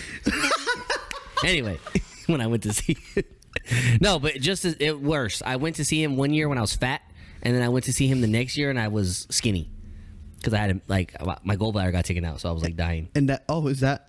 That was on that time. Okay. So like 2016. And why is that bad? Why is what bad? You said it sucked? It sucked that I was fat. You said that it was bad because one year you were skinny, one year you were fat. Because he didn't recognize me from one year to the next.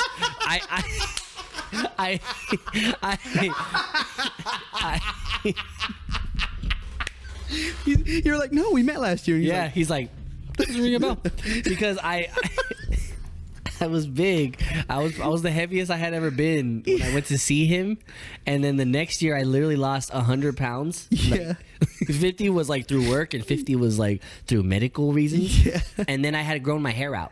Oh, so not only was I like fade fat, then I had long hair and skinny. But both times literally, how would he remember me? I'm like, you don't remember me? Yeah. I think I even went in glasses on the second time. So I was like a new person. Of course he's not going to fucking remember me. But both times I got the meet and greet tickets. You ever have the Wii? No. You never had a Wii? Mm-mm. For those of you who have a Wii, you can make a character. There's like slider where you can make them like all the way fat and then all the way. You just put the slider this way, bro. It was. I just changed it from one year to the next. And I got mad. He didn't recognize me. No. So the first year, I got meet and greet tickets. I went out with my homie Sam. Shout out to Sam. He's a barber now. Go ahead and book your appointments now. No information at all. And just find him. Just find him. Look for Sam. Just go out your window. Ayo! And he'll hear you. And me and Sam bought tickets to go. And this was the first time I ever did like a meet and greet. And because it's Joe Budden, he's more of an underground rapper, right? The meet and greets were a little more intimate, where everyone was in a line. Like there was literally maybe like I want to say maybe like 30 people that had the actual VIP tickets because they were about 150. So that was a lot back then. That was a lot, and it wasn't like the venue was like a club in Mesa, so it was a very small, like only a couple hundred people can be there as it is. And I was third in line, and what it was we were just in line, and there was a table set out, and he was sitting at the table, and you got 10 minutes to sit with him. What? Yeah. You got about 10 minutes. What? He just sat there and chopped it up. They had a little timer, 10 minutes on the clock, and you just got to chop it up and do whatever. Dude, that is incredible. Yeah, it was tight. What? It was tight. So, me being calculated like I am, I'm sitting here listening to the first 2 people ahead of me, right? Because it's the first 2, and then it's me and then Sam, and it's open. So like the only thing that's in between us is the rope. The rope. The guy. So so everyone's just there listening to them talk, and the club is starting to play some music, so it's not like dead silent or anything, but you can still hear. And everyone's telling him the same thing. Everyone's like, "Oh my!" They're just gushing over the star, right? They're like, "Oh my God, you saved my life. Your music changed my life. You got me through the darkest times of my life." And everyone's kind of telling him the same thing. Those first 2 people, literally verbatim, the same thing. So when I got up there, I was like, "I'm not gonna fucking cheese over him." You're like, "I'm gonna do my own thing." I'm gonna be like, I'm gonna pretend like I belong here. Yeah. So I sat down and I was like, "Hey, what's up, man?" Shook his hand and everything. And then did you fumble the shake up? No. Solid. Yeah. Nice I almost said the N-word. I was like, "Man," I was like, "Oh, shit." I forgot where we at. So and I'm actually gonna try to pull up a picture for you because I have a picture of that concert. Oh, when I was there. Damn. It's on my Insta, but I'll find it because it's kind of going slow. But I just talked to him. we just talked about. I asked him how the traveling was because they were, he's underground, so they're traveling like by bus, like they're bus, like they're not. Did you say first name basis? He's like, so Joe. I'm like, so Joe, Joey, right? Joseph? Joseph. So no, we're just talking. I was talking about how I was asking him how the trip was, and then it's so funny early in the episode we were talking about road trips because I did tell him. He was like, "What about you? You like to travel?" I was like, "Yeah, but I don't be eating. I don't be eating before travel." And he literally was like, "Oh, you're one of those." He's like, "You're one of those that has to, like you have to go." I was like, "Yeah, sometimes I just rather not." And we're just chatting, normal fucking talk. So, real quick, maybe if you can. Maybe I'm gonna take a screenshot of this and maybe you can put it on the screen really quick. Maybe we can put it on the screen. Maybe. Okay. But this was a picture from the night. I still have this. I still have his autograph signed. I put it in a frame. There's Joe Blunt. This was just him performing, and then this was me. Yeah, look, I was kind of. I mean, I look the same, but I was kind of big. You can tell my face a little Why swollen. do you look the same but slightly older? Yeah, that's weird. And then I didn't help it. Like we got a complimentary shirt, and I had put the shirt around my neck and didn't like put it on, so it just made me look even like puffier. But like I even brought out the Tims because he's from New York. Like you know what I'm saying? Like I was, but like I look a little chubby there. So that's not second year with long hair, right? No, this is the first year. Oh, okay. Yeah, do you have second year? I don't think I have to have it somewhere, but I don't think I have it on my actual thing. That's interesting. So we did the meet and greet, right? But the funniest part of this, to close out this first one really quick, the funniest part of this was I was front row, and as you can see, I got my glasses on, right? I'm front row, and because we got there early, man. Like this is one of my favorite artists, right? Yeah. And this is literally top like 3. Like it's Kendrick, Drake, Joe. You know what I'm saying? Joseph. Like at this time, it's right there. Yeah. Drake and Kendrick were interchangeable at that stage too. And I'm at the fucking stage. Like I'm at the stage, and he closes out, right? Says whatever. I think I even got the video right here where he's closing out. And there's people behind me, you know how it is, like we're all just bunched up, and he's going around and high-fiving. And I see someone's hand, like, come up to like right here, right? And I didn't think anything of it. And, or I think someone's hand was here. It was on this side. And someone's hand's like right here, and we're like, ah! And he shakes my hand, right? Boom. He daps me up. But then, he goes to fucking... like slap this hand, and he slaps me in the fucking face. He slaps me in the fucking face, and my glasses fall. And I remember the look on his face. He was like, and I swear to God, I was like, I'm never washing my face again. And I pick up my glasses real quick, and I'm like, like I don't care. And my friend Sam, he was next to me. He actually got on. He didn't get the slap on camera, but he actually got the moment where he shook my hand and he asked me if I was good. Like he literally shook my hand and he was like, "You good?" And he went, "All right." And then he went on to the next thing, and I can find that video too. But he actually like slapped me in the face. Like that's the dream come true for your favorite artist, right? That's a dream come true. You think he remembers it? That maybe probably not. Maybe. I mean, this was 8 years ago, or something like that. Whatever it was. We should tag him and get this video seen by the Joe Budden podcast. Oh, we should submit it and then see if like, hey Joe, I was that guy at your Mesa concert 8 years ago, and you slapped the fuck out of me. Yeah. We should do that every single week until we get noticed. No, so I remember he just I could tell he was a little worried because you know how it is. Like, you sue for anything, right? My nose. Yeah, I didn't care. That was sick as hell, and it was such a good show. It was such a good night. That made it better though. Like that was like a story I have for lifetime, bro. Just slapping me, bro. Slap my glasses off. Crazy. So that was one of my favorite experiences. Ooh. He's like, you good? You good? You're not gonna sue? I'm like, do it again. I don't care. I don't care. Do it again. Damn. That's crazy. even to this day, dude, I haven't met any Really? artist. No, I really want to, but it's always. Well, I mean, it's Expensive. It's the money now, bro. Fucking Ticketmaster has ballooned all the prices. You're telling me. I had to mortgage my future for a little bit just to go see Kendrick again. We'll get to that. But you mentioned the fact that you missed out on some concerts. Yeah. So did I. A shit ton of them. I've actually missed out on more concerts than the ones that I've gone to. You've actually wanted to go to, yeah. Yeah.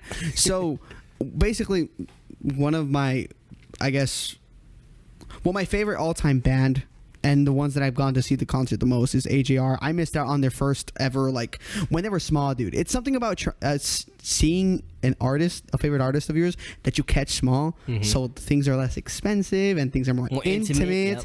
and things like that. So they went to the Van Buren. You know where that's at? Yeah. Dude, I think it's tiny. Yeah, Lil Wayne had a concert there. Lil Wayne had a concert there? Yeah, like a couple months ago. Why? I don't know. What the fuck is... The tickets sold out almost immediately. You can only fit like 300 people there. Of course.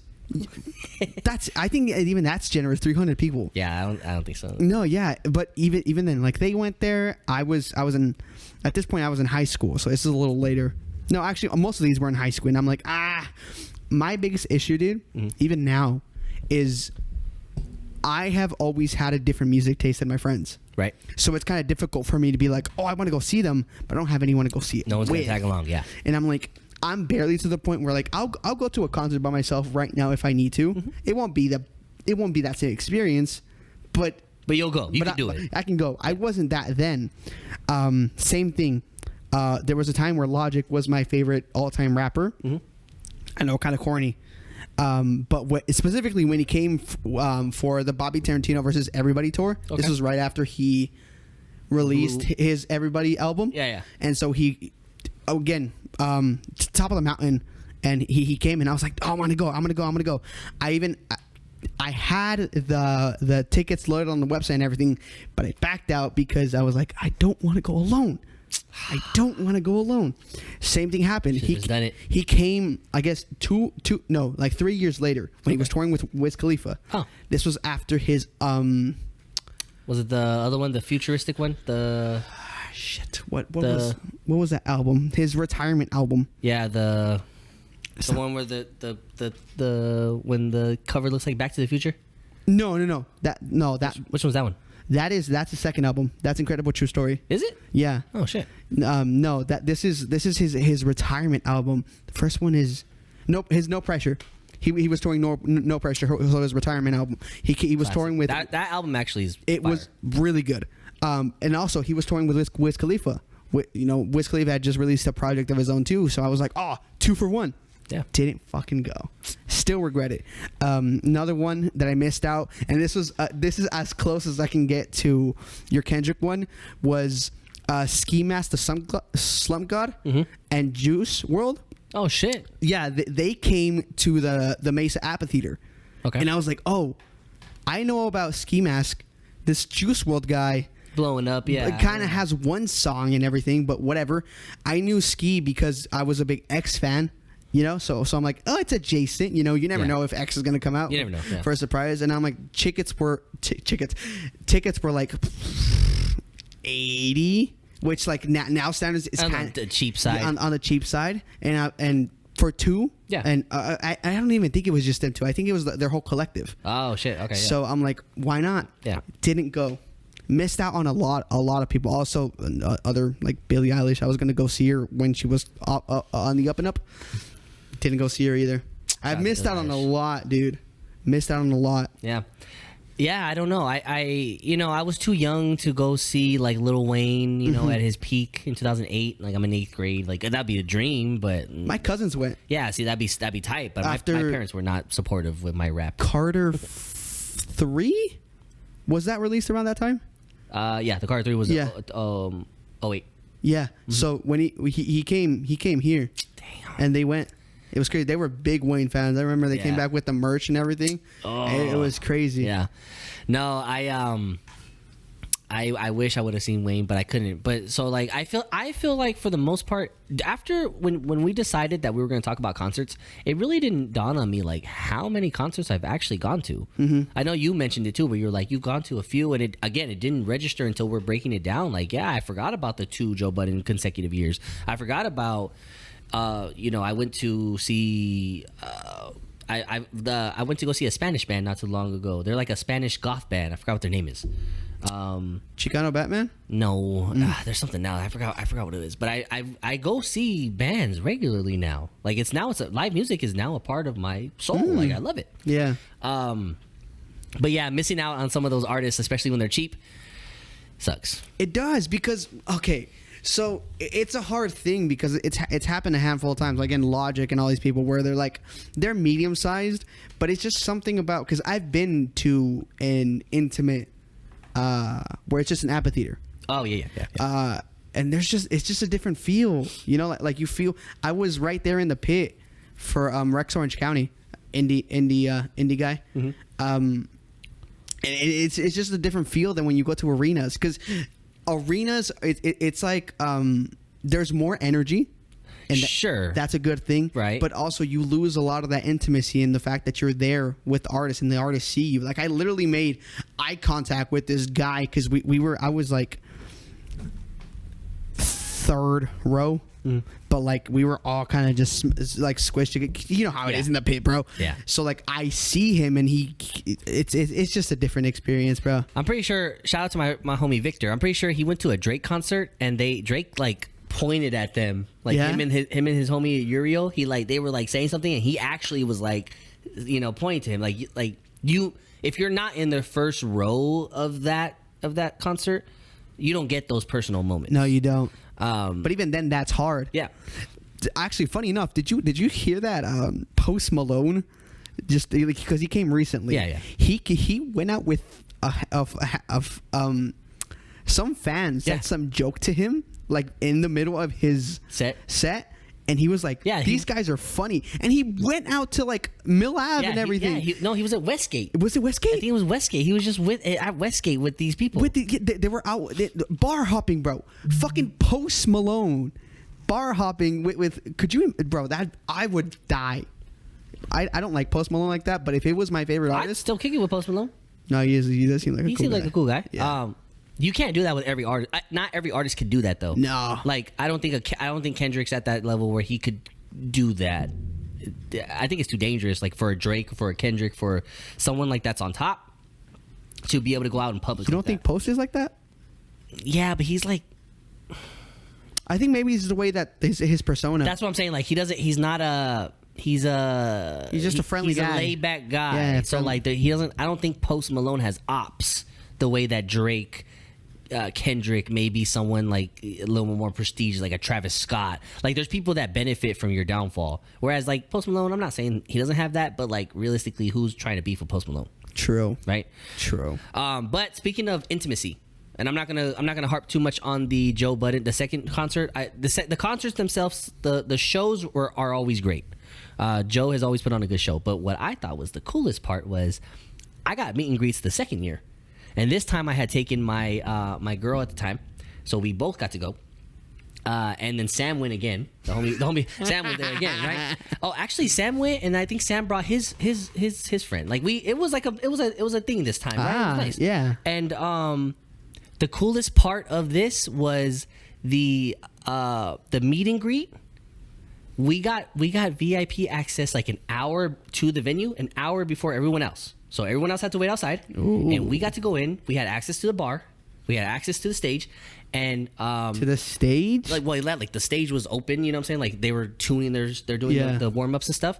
And the cool part was that there was 3 people there to meet. Joe was one of them.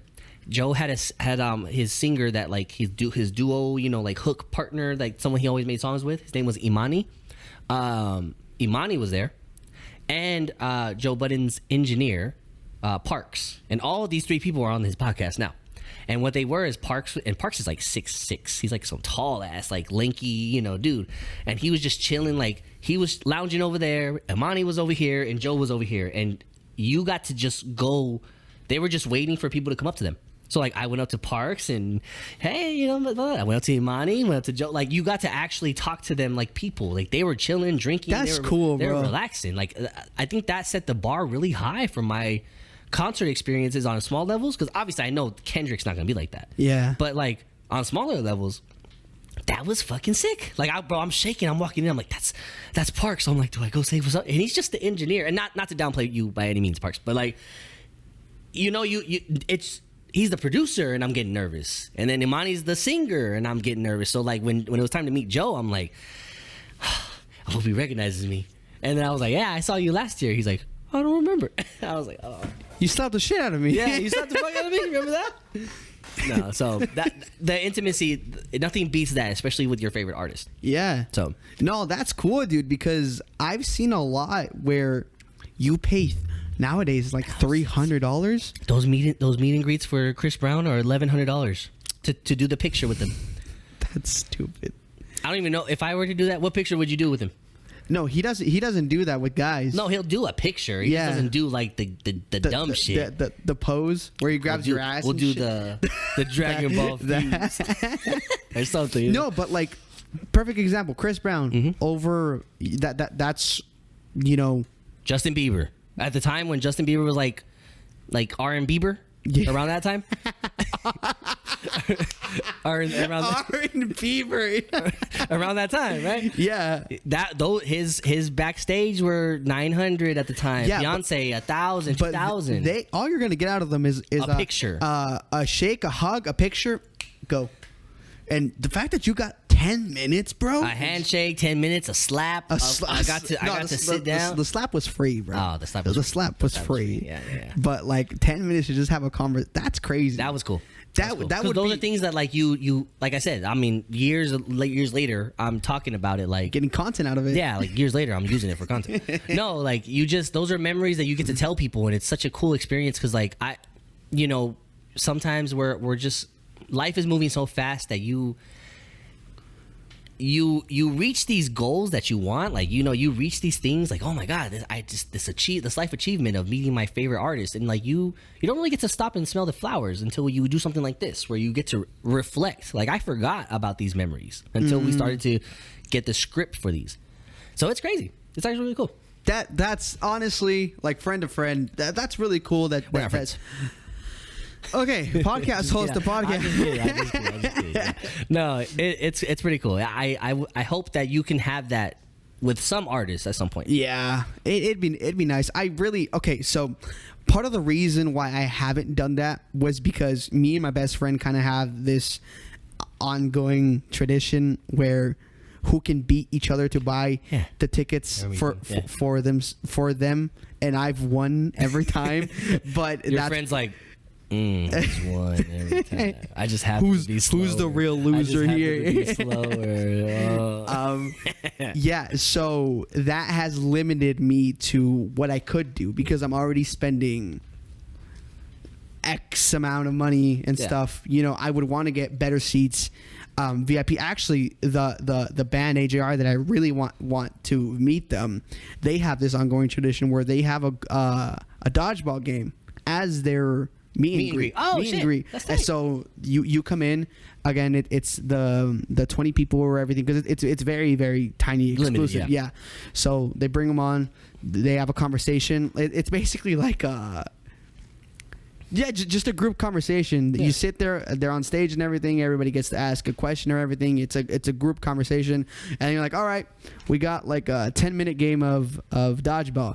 They play that for 10 minutes and everything. Mm-hmm. Finish that game up, have more conversations, take the pictures, and then boom, you're done. Pretty cool. That's pretty cool. Pretty cool for today's standards. Yeah, for sure. Because unless you're like a small artist, those intimate moments really don't happen nowadays. No, they don't. Even if the artist wants to, because like even Joe, I think on the last go around, because that second tour I went to was his retirement one. Ooh, and that one was it was still intimate, but it was still obviously like a little bit more grand, more people at the venue. It was a bigger venue. It was still a club, but it was a bigger venue than the Mesa one, which is weird how you knew that it was a Mesa, or you guessed it right because it was. And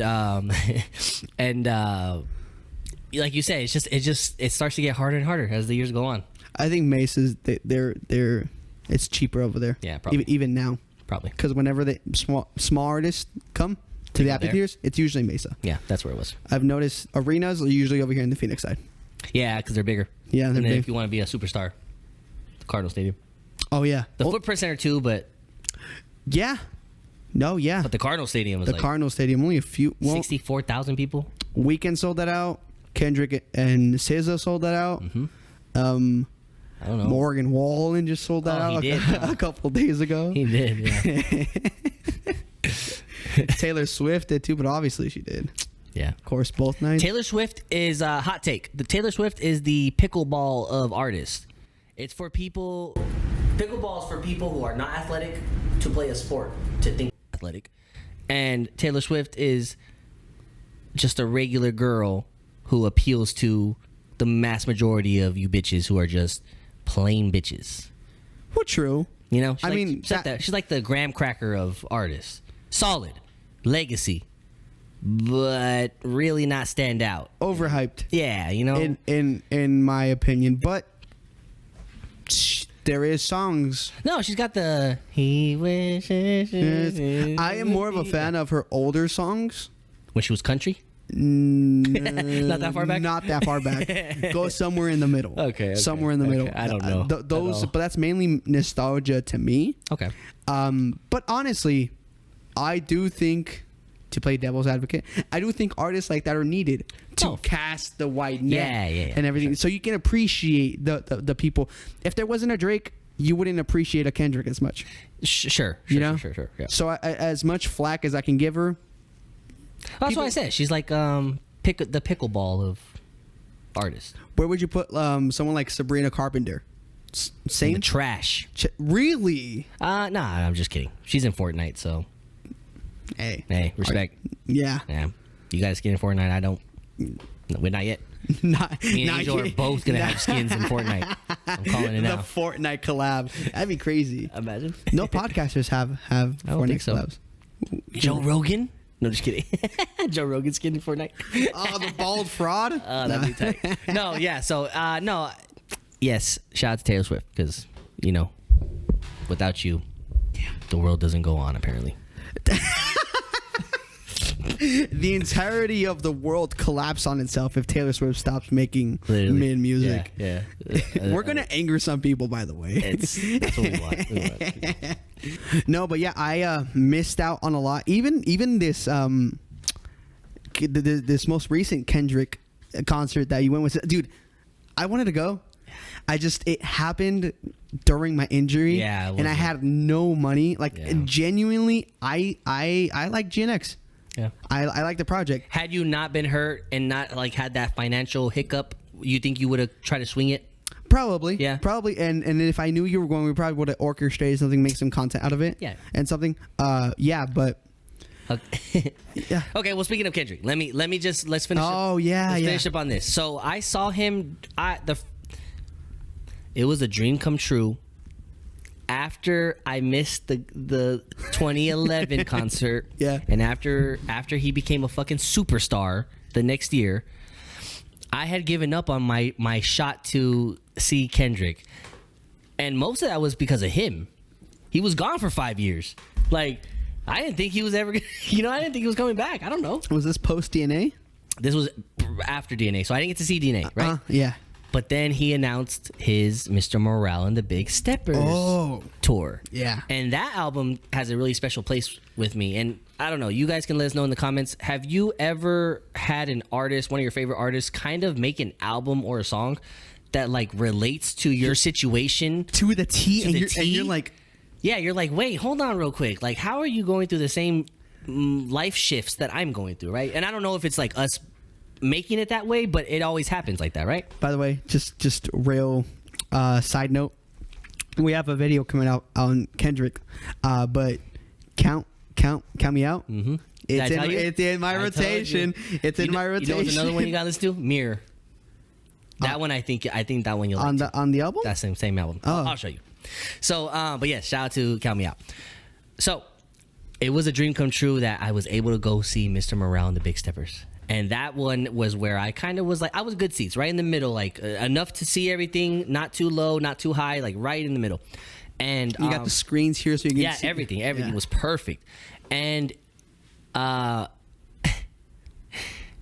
who was the opener? At this time, Baby Keem. Yeah. Oh wow. Baby Keem came out. He did all his hits. He did what was it? Orange. He did Orange. He did the Family Ties. They did the other one. 16 missed calls.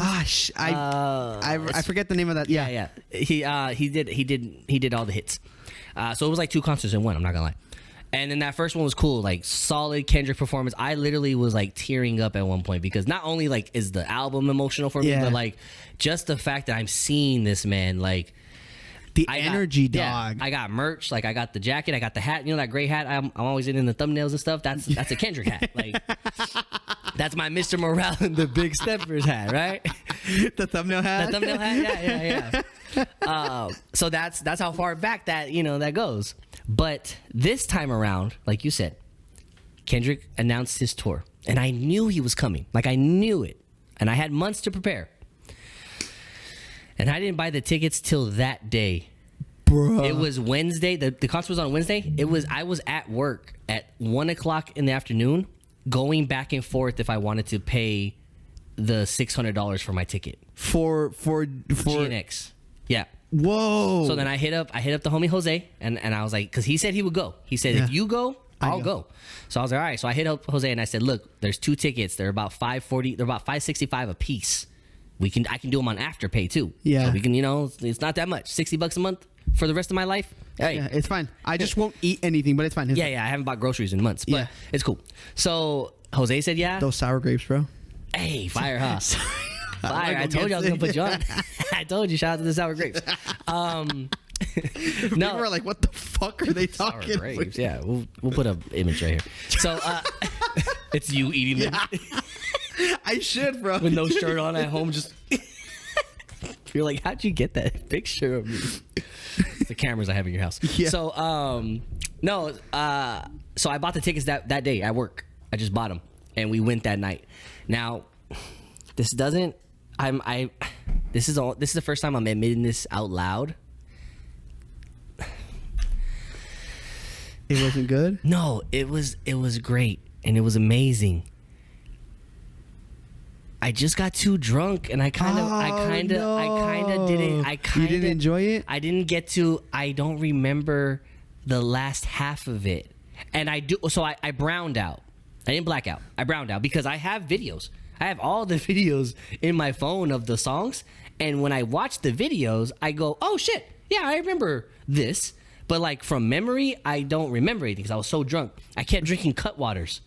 And I had never had a Cutwater. Jose was like, "Get a Cutwater. It's strong and it'll get the job done." What is that? I don't know. It's just a drink. It's like I don't know exactly what's in it, but it's like tequila, alcohol. I don't know what it is. But tequila fuck you up. Yeah, I don't know what it is. But Jose was like, 1 or 2, you'll be fucked up, and I had 4. Damn. So by that 4th one, I was like, button trees. Like I was gone, bro. There was a point where someone behind us, me and Jose were trying to get like a good angle to record, and she's like, "Give me your phone, I'll do it." And she grabbed it, and it's just me and Jose, and I'm drunk, bro.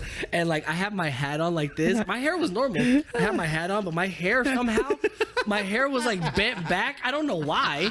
It was like bent back, and I'm all like cross-eyed. And I'm like trying to get it, bitch. Like I couldn't. Oh my god, I couldn't even post it because it was such a bad video. So like it's like our drunk episode. Yeah. It was an amazing experience, but it makes me really sad that I let myself get so drunk I didn't get to enjoy it. And I'm not gonna lie, like I was on the floor. We got floor seats, like the not the pit, but like the floor. Where you have a seat. Yeah, and it was cool. It was cool, but I just got a little too drunk. And any other concert to get drunk at, why that one? Like why did I let myself get too lit? Yeah. So and it was a good night. I had Who opened? Who did open? I don't know. Yeah, Mustard opened for his set. I was late. because like getting to there, I had to right on Bethany. Oh, bro, getting to that stadium is a nightmare. Yeah, I actually had to. It's It's a full street lengths of traffic it's if like you don't get almost there. A mile, yeah. Yeah, if you don't get there on but like an hour, 2 hours. 2 hours before. Yeah, you're better off just not going that way. Yeah. Like it's not even. I had to like. I got dropped off, and I just left. Like I was like, "Hey, I'm gonna be late. Like I'm already missing it." So I just ran to the stadium from the traffic and let them go. Yeah, so Mustard opened up and then they just got into it. So it was a good experience. And like I said, I have the memories in my phone, and when I watch them, it's like, yeah, I get it. But I just wish I didn't get so drunk, and I didn't want to admit that because I spent so much money. I spent so much money just to get blackout drunk. Yeah. Yeah, but it was fun. Good times. I don't think I don't think SZA specifically is gonna come back. It's just she got a water bottle thrown into the face. Yeah, why would dog. they do that? I don't know why. People make us look bad, and that's why artists don't want to come here, because every time they do, Something like that happens. yeah, something like that. And then we go out with Post Malone and we're not beating the racist allegations. You know what I'm saying? Like, you know, like, Yeah. okay. yeah, Sorry, SZA. I promise you. we're not all like that. We probably are like that. We probably are like that. But I promise you, not us. I loved it. A little too much. little too much. A little too much. Okay, Matthew. To wrap up this whole concert thing, because I think we're kind of getting a bit long here, I have a closing segment, blind ranking. I'm gonna give you a list of 5 artists, Right. 1 through 5. Okay. 5 being the worst. You have to blindly rank these artists on who you want to see the most in a live experience, Okay. without knowing what artist comes next. Okay. All right. Up first, easy. Beyonce. 5. Really? I don't want to see Beyonce. We gon' fuck up the night. I don't want to see her. I mean, I guess, and especially Beyonce. nowadays. Yeah. Okay. Next. Okay. Prince. Fuck. I don't know. This is gonna piss me off. I'll put him at 3. 3. Because I'm banking on someone. Right in the middle. I'm banking on someone being better. Okay. Kanye West. Ooh. Now? Peak Kanye? Overall, you get everything. 4. 4. Yeah. What about peak Kanye? Does that change it? Either way, it already goes on 4. 4. All right. Michael Jackson. 1. 1. 1. You have 1 pick. Are you gonna be happy with this? I don't know. Travis Scott. Ah! Hell no! I'm gonna die. That's your number 2 pick. I didn't want to put Prince at 2 because I had a feeling that it might be Michael or someone might be better. Yeah. I like this blind ranking. We should do that more often. Yeah. All right. That sucks. Any closing statements, Matt, before you wrap up the show? Nah, man. I just go out and support your local artists. You know. Yeah. Get them while they're small, because Right. You know, guys subscribe and like while you still can, because now we can shout you out, next read time. your comments, because who knows, maybe tomorrow or within a year we'll blow up, have our Good Kid, Mad City. Christmas with You Part 2 gonna blow up, and then all of a sudden.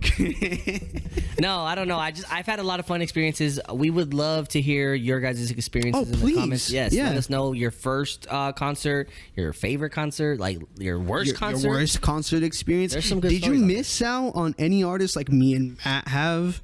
What are they? Are they the same ones? Maybe. And who won the draft?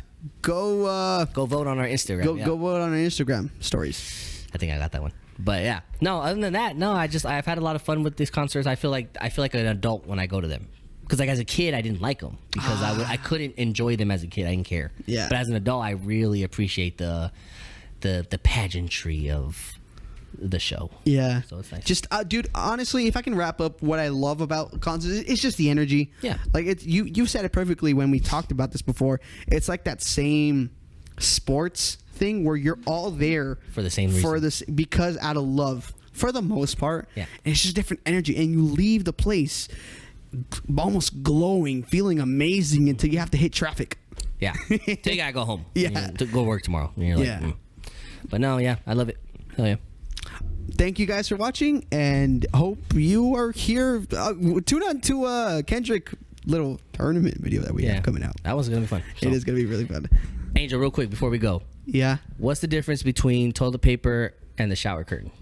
I don't know, Matt. What is? So it was you.